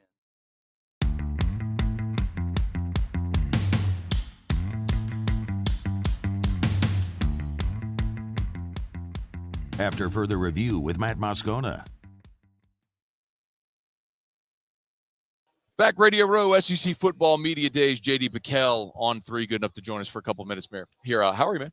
Dude, I'm doing great. Yeah. I'm super excited for the season. This is like the unofficial kick of the season. Like my comp has always been Thanksgiving is to Christmas. Yeah. What media is to college football. It's not the real thing, but it's close and it's something to chew on. And yeah, happy to be on with you, man. Do you like cranberry sauce? I don't. Me either. I don't. Boring. I mean, if it's your go-to, like, cool. I'm a stuffing guy. Ooh, you know. What about turkey? Fried, baked? What are we doing? If we can get it fried, yes, phenomenal. I have not been at many Thanksgivings where being able to fry a turkey is an option. So I got to take matters in my own hands here soon. That's a prerequisite at every Thanksgiving at I probably in Louisiana. I don't know that there. Okay, there are any. Send me your address for Come next on Thanksgiving. we'll have plenty for sure. Where's home for you? So I live in Nashville. Okay. Have sort of lived all over the country. Lived in Texas for a period of time. Went to high school in California. Went to college in New York. So kind of been all over, but Nashville. So, and you got an interesting story too, because you played at Cornell. Yeah. And then correct me if I'm wrong on this, but like Ivy League, you can't play a fifth year, right? Yeah, exactly. Yeah, you're on it. So you had to transfer, and you played your last year at Baylor. So I went to Baylor for my last year. Did summer 1, summer 2. So like the part where you run a lot and do some lifting, did that. And then got into fall camp, and like the 4th or 5th day of fall camp, every time I retell the story, it's like another day gets added on. So pretty soon it'll be, I played the whole season at Baylor, but did fall camp, got another concussion, and that made too many for me. So I stopped that, but it all worked perfectly, and met my wife, got into media, and it's been a blast ever since. What was it like playing in the Ivy League? How would you describe that to people who are from here and see this, right? That's a great question. Cold. It was cold. It was scarce. But I mean, I think the part of the Ivy League is fun because it's so pure. Like there's very few guys that go on from that league and have a professional career in football. So all the guys that you're with, they're doing it because they love it. Yeah. I would also say like that environment, going to class and knowing full well there is 0% chance that I'm even in the top 75% smartest people in this room is humbling, but you make a way. Teachers will pick on you when you wear sweats and say, you tell me the answer, cold call, and they know you don't know. So good experience, and grateful for it. I was going to say, if you go to Cornell, that means you're just really smart. Like and I'm not. Or you played football and they got you in. But I don't think it worked. Yeah. Does it really work that way? You still have to have a baseline of like if you don't have like a 30 on your ACT, it's a non-starter, whatever it is. I don't know. Sure. They have different bands, so they get so many kids in at certain test scores and GPAs, and I think they get a couple where it's like, hey, if you're really good and your ACT is on the lower end, we got one bullet we can use on you. But typically, you're in like that middle ground where your ACT is all right, your GPA is all right enough to use a spot on you, more or less, mine was not okay for that. He's JD Pickell on 3. Texas and Bama today, I thought were pretty fascinating. Which of those two over the next 5 years do you think has more success? I'm really high on Texas. I feel like Steve Sarkisian is at a point in his career where I don't want to say the light bulb is on for him, because I think the light bulb's probably been on for a while, but like he's kind of in this rhythm, it feels like to me, where last year being able to have the roster he had and the culture he had, I feel like he's kind of pushed it up the hill enough to where now they kind of get to reap some more fruits of that standard being in place and that culture being in place. So I think with the quarterbacks they're going to have, not just with Ewers this year, but Manning in the future and Diabell in the future, assuming he ends up signing long-term, they're always going to have a quarterback. And the thing I say is if you got a quarterback, you got a chance. So I think Texas over the next 5 years will have more success. So what does that mean then on the opposite side of that for Alabama over the next 5 years with Kalen DeBoer? I think they'll still be really good. I think Texas will be a multiple national title winner over the course of the next 10 years. I think Steve Sarkisian's got a roster. I think he's recruiting at a certain clip. I think NIL probably speaks for itself. Everyone saw the viral clip of the Lambos, and I think that's real. I think they'll probably contend for the SEC more often than not with Alabama. But it's vicious now with adding in Texas and Georgia every year and LSU. And I mean, who knows what A&M is going to be? I think they're a tough team to say they're just going to stay dormant for a long time. So it's vicious. I think Bama will be solid, but I don't know if they'll be as good as Texas. I know our Baton Rouge audience gets to hear you every week on with Hunt Palmer in the middays, but for the benefit of everybody who maybe doesn't hear your weekly interviews or, the whole state where we're syndicated, what's your thoughts on Brian Kelly and the Tigers this year? I love Brian Kelly. I love LSU. I think it's funny because right now people are seeing the draft picks leave and they see the defense last year. And we were fortunate to have Brian Kelly on our show a few months back, and he was pretty straight up about it. He's like, yeah, year 3 for me is usually pretty good. And just the fact that he felt confident enough to say that, I think speaks volumes to probably what they've done behind closed doors. It's funny, too. You think about last year, the talking point for us on LSU was Jaden Daniels, good athlete, good thrower of the football. Will he push it downfield enough? And Garrett Nussmeier enters into this year, and I don't think anybody's asking, will he push it downfield enough? I think he likes to push it. He likes to do that. So I'm excited about it. I think Blake Baker and the style they play defensively will be a lot more in line with what they want to see in Baton Rouge. I'm sure you could attest to kind of being aggressive, being hammer not the nail sort of approach. So the trade-off for me is how much more do you improve on defense with Blake Baker?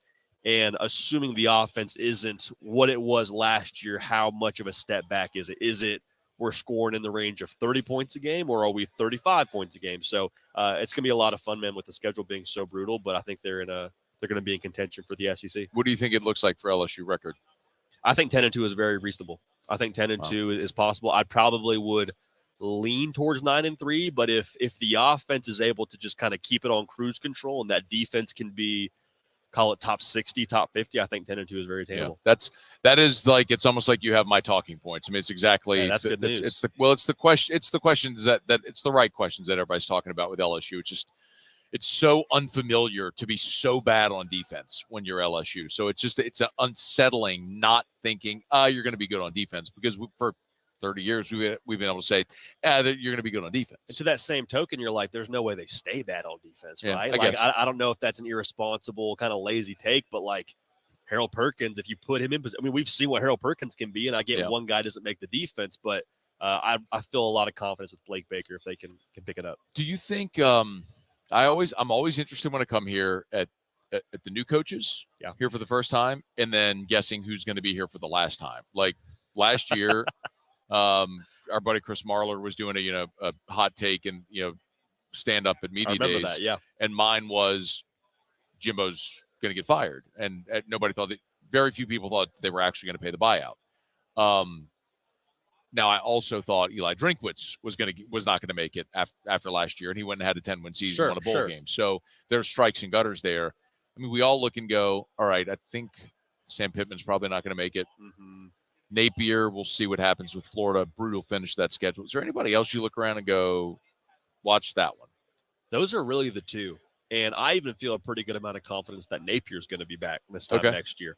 But I do think Pittman's the one we're all looking at, and for good reason. And I mean, I'm racking my brain right now trying to think of somebody else. Do you think Lane Kiffin would leave Ole Miss? See, that's because I'm not even saying question. Just get fired. Yeah. Like Nick Saban retired last year was Nick Saban's last year. You know what I mean? It's like you never know who's here for the last time because there's so many things that can shift.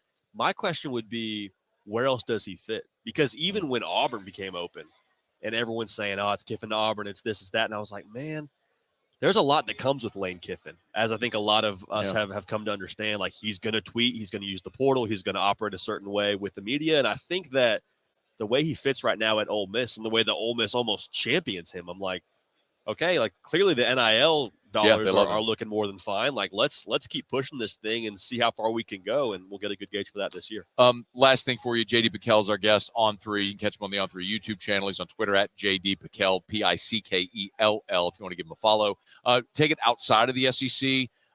Nationally, who do you think are the teams that are most interesting? Like, obviously, Ohio State. Everyone's talking about Ohio State. Like, most interesting to watch at the top of the playoff. And maybe a better way to ask it, JD, is like, someone from the ACC is getting an auto bid. Yeah. Someone from the Big 12 is getting an auto bid. A group of 5 team is getting an auto bid. Like, who are those teams to watch? I love Utah. Like, I think Utah might be one of the most under-the-radar teams. And it's funny I say under the radar because they're probably going to be somewhere in that top 10 conversation to start the year. But with all they brought back on offense and they get Cam Rising healthy, like, Death Taxes and Kyle Whittingham winning a lot of football games. I know. You know, it just feels like a good way to go about. Like, I wouldn't be surprised if they not just get a bye, but also win a game in the college football playoff and factor into that national title picture. The ACC is weird to me. I'm not sure how you feel about it, but like, I don't feel much about the ACC. Just very candidly. And I don't think you're alone in that discussion at all. Like, Stanford's in the ACC now. It's bizarre. Yeah. It is so. SMU's in the ACC. And I'll tell you the truth. I wouldn't be surprised if they messed around and won 9 games in that conference. Oh, wow. Like, with Preston Stone. And so Rhett Lashley could be a guy that ends up at another school next year with how good he is. Side note. So the ACC is weird. I think Miami, they're kind of like Texas last year. There's always that talking point of, super talented. Is this the year? I think it is for them to make the college football playoff. If I had to pick today, they'd be my team to win the ACC. But I mean, both Miami and Utah, I'm curious how they would stack up if they draw let's call it an Oregon in the first round. Do we like their chances? I personally wouldn't. I think Oregon might be a team that ends up in that final group of 4, if not the national championship. JD Pickell on 3. He's on Twitter at JD Pickell, Pickell. Be sure to give him a follow. Thanks, man. Appreciate you, man. This is awesome. Brought to you by South Point Volkswagen. SouthPointVW.com. Y'all, it is a great time right now to get on by South Point Volkswagen, especially if you have if you're looking for a new vehicle, want to get the best deal for your trade-in. Right now, the trade-in and trade-up event going on at South Point Volkswagen. They have amazing deals. You can drive away in a Taos right now, the compact SUV, 0% for 60 months right now at South Point Volkswagen. Airline just north of Highland, southpointvw.com. Also great deals on Atlas and Crossport. They want your certified pre-owned vehicles, so get on by and trade them in at South Point Volkswagen. All right, we're going to grab a break, come back on the other side, wrap up a Thursday edition of AFR, wrap up our coverage from SEC Media Days next. Stay here. AFR is brought to you by the Watermark Hotel and the Renaissance Hotel, 2 beautiful hotel properties in Baton Rouge, the Watermark downtown, AFR. the Renaissance Southtown right there on Bluebonnet. And when it comes to hosting your event, both the Watermark and the Renaissance are perfect. The Watermark is a gorgeous, elegant spot in downtown Baton Rouge. That wedding reception, that smaller gathering, that meeting space, they can do it. They've kept so much of the history and tradition of that iconic building while modernizing it. The Gregory is a great restaurant inside of the Watermark as well. And then, of course, the Renaissance Hotel, Southtown, right there on Bluebonnet in Baton Rouge. It's more modern. It's a gorgeous, gorgeous hotel property at the Renaissance Hotel where they have meeting space that can accommodate up to 500 people, 7,000 square foot of meeting space, perfectly located right off of Bluebonnet and I-10. It's the Watermark and the Renaissance Hotels in Baton Rouge. Bayou Chrysler Dodge Jeep Ram is taking $20,000 off new 23 Ram 1500 trucks. We're open for business in our beautiful new showroom and taking $20,000 off the powerful Ram truck. All new Bayou vehicles come with a 7-year, 100,000-mile warranty. The crew at Bayou Automotive is going to do right by you. At Relief Windows, we're more than windows. We're windows, doors, hardy plank, and vinyl siding. But our #1 product is always customer satisfaction. Visit us online at reliefwindows.com. Oh, by the way, we do shutters too.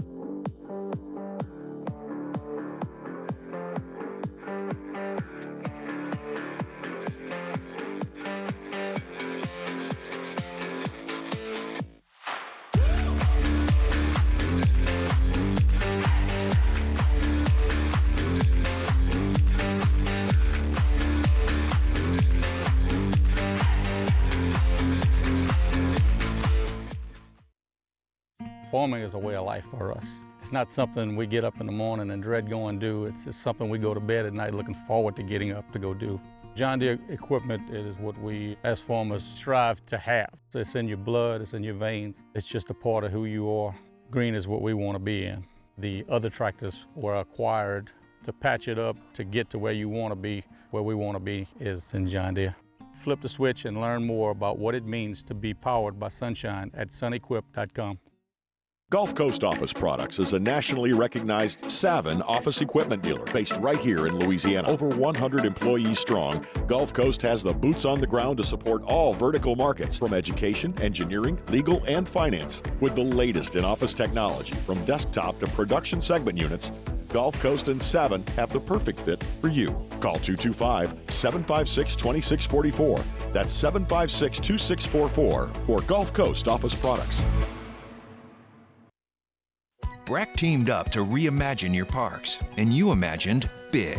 With your help, we went to work, creating 12 beautiful community parks across the parish. A family-sized water park, miles and miles of trails, and parks just for your dogs. There are more places to splash, to explore, to run wild, and even soar. You imagined, we delivered.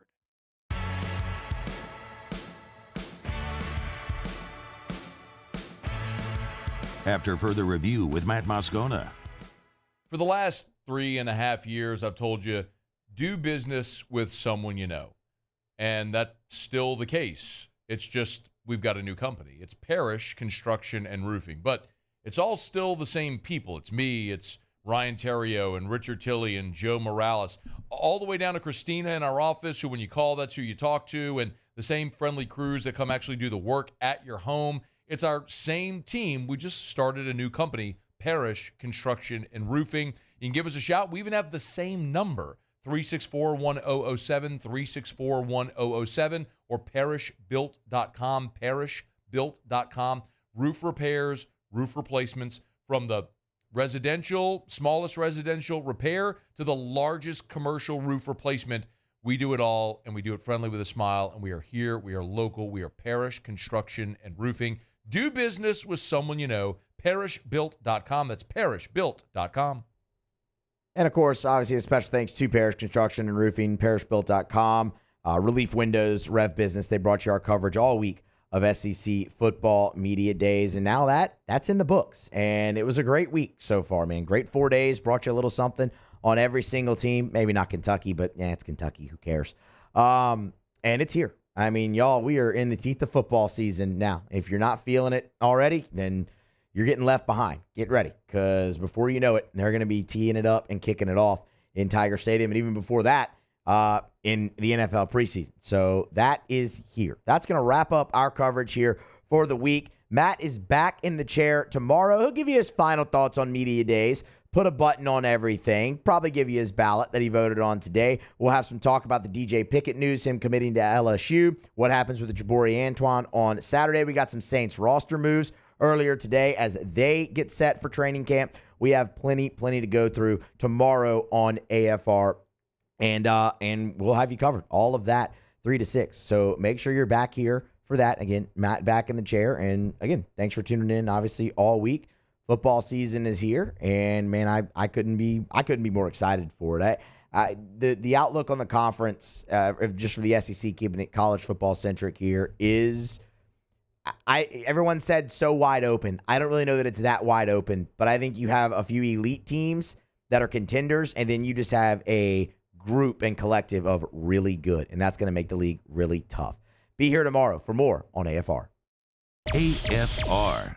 We're brought to you by Optimize. Go to generatorpeople.com, generatorpeople.com. You want a Generac automatic home standby generator? Let me rephrase. Of course you do.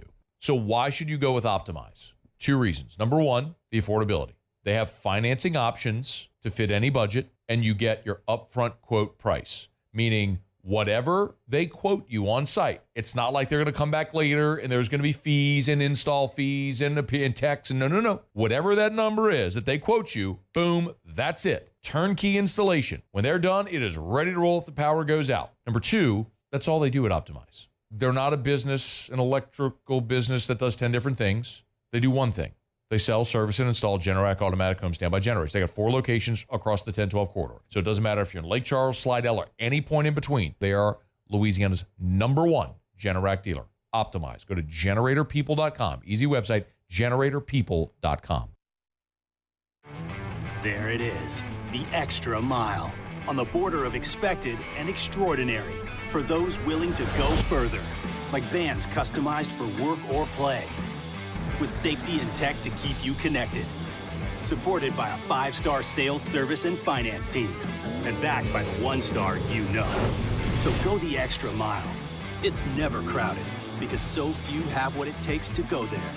Mercedes-Benz Vans. Gulf Coast Bank and Trust is giving our customers the power to bank anywhere, anytime during this challenging event.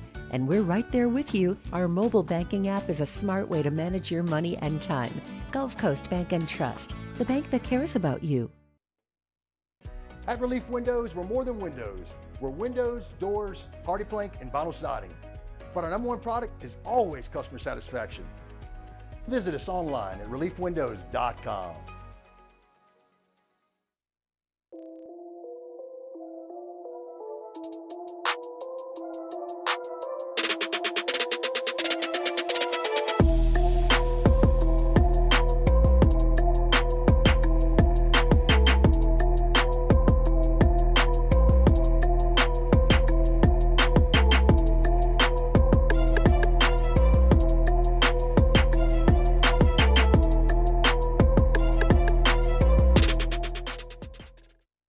Electricity is all around us, and our family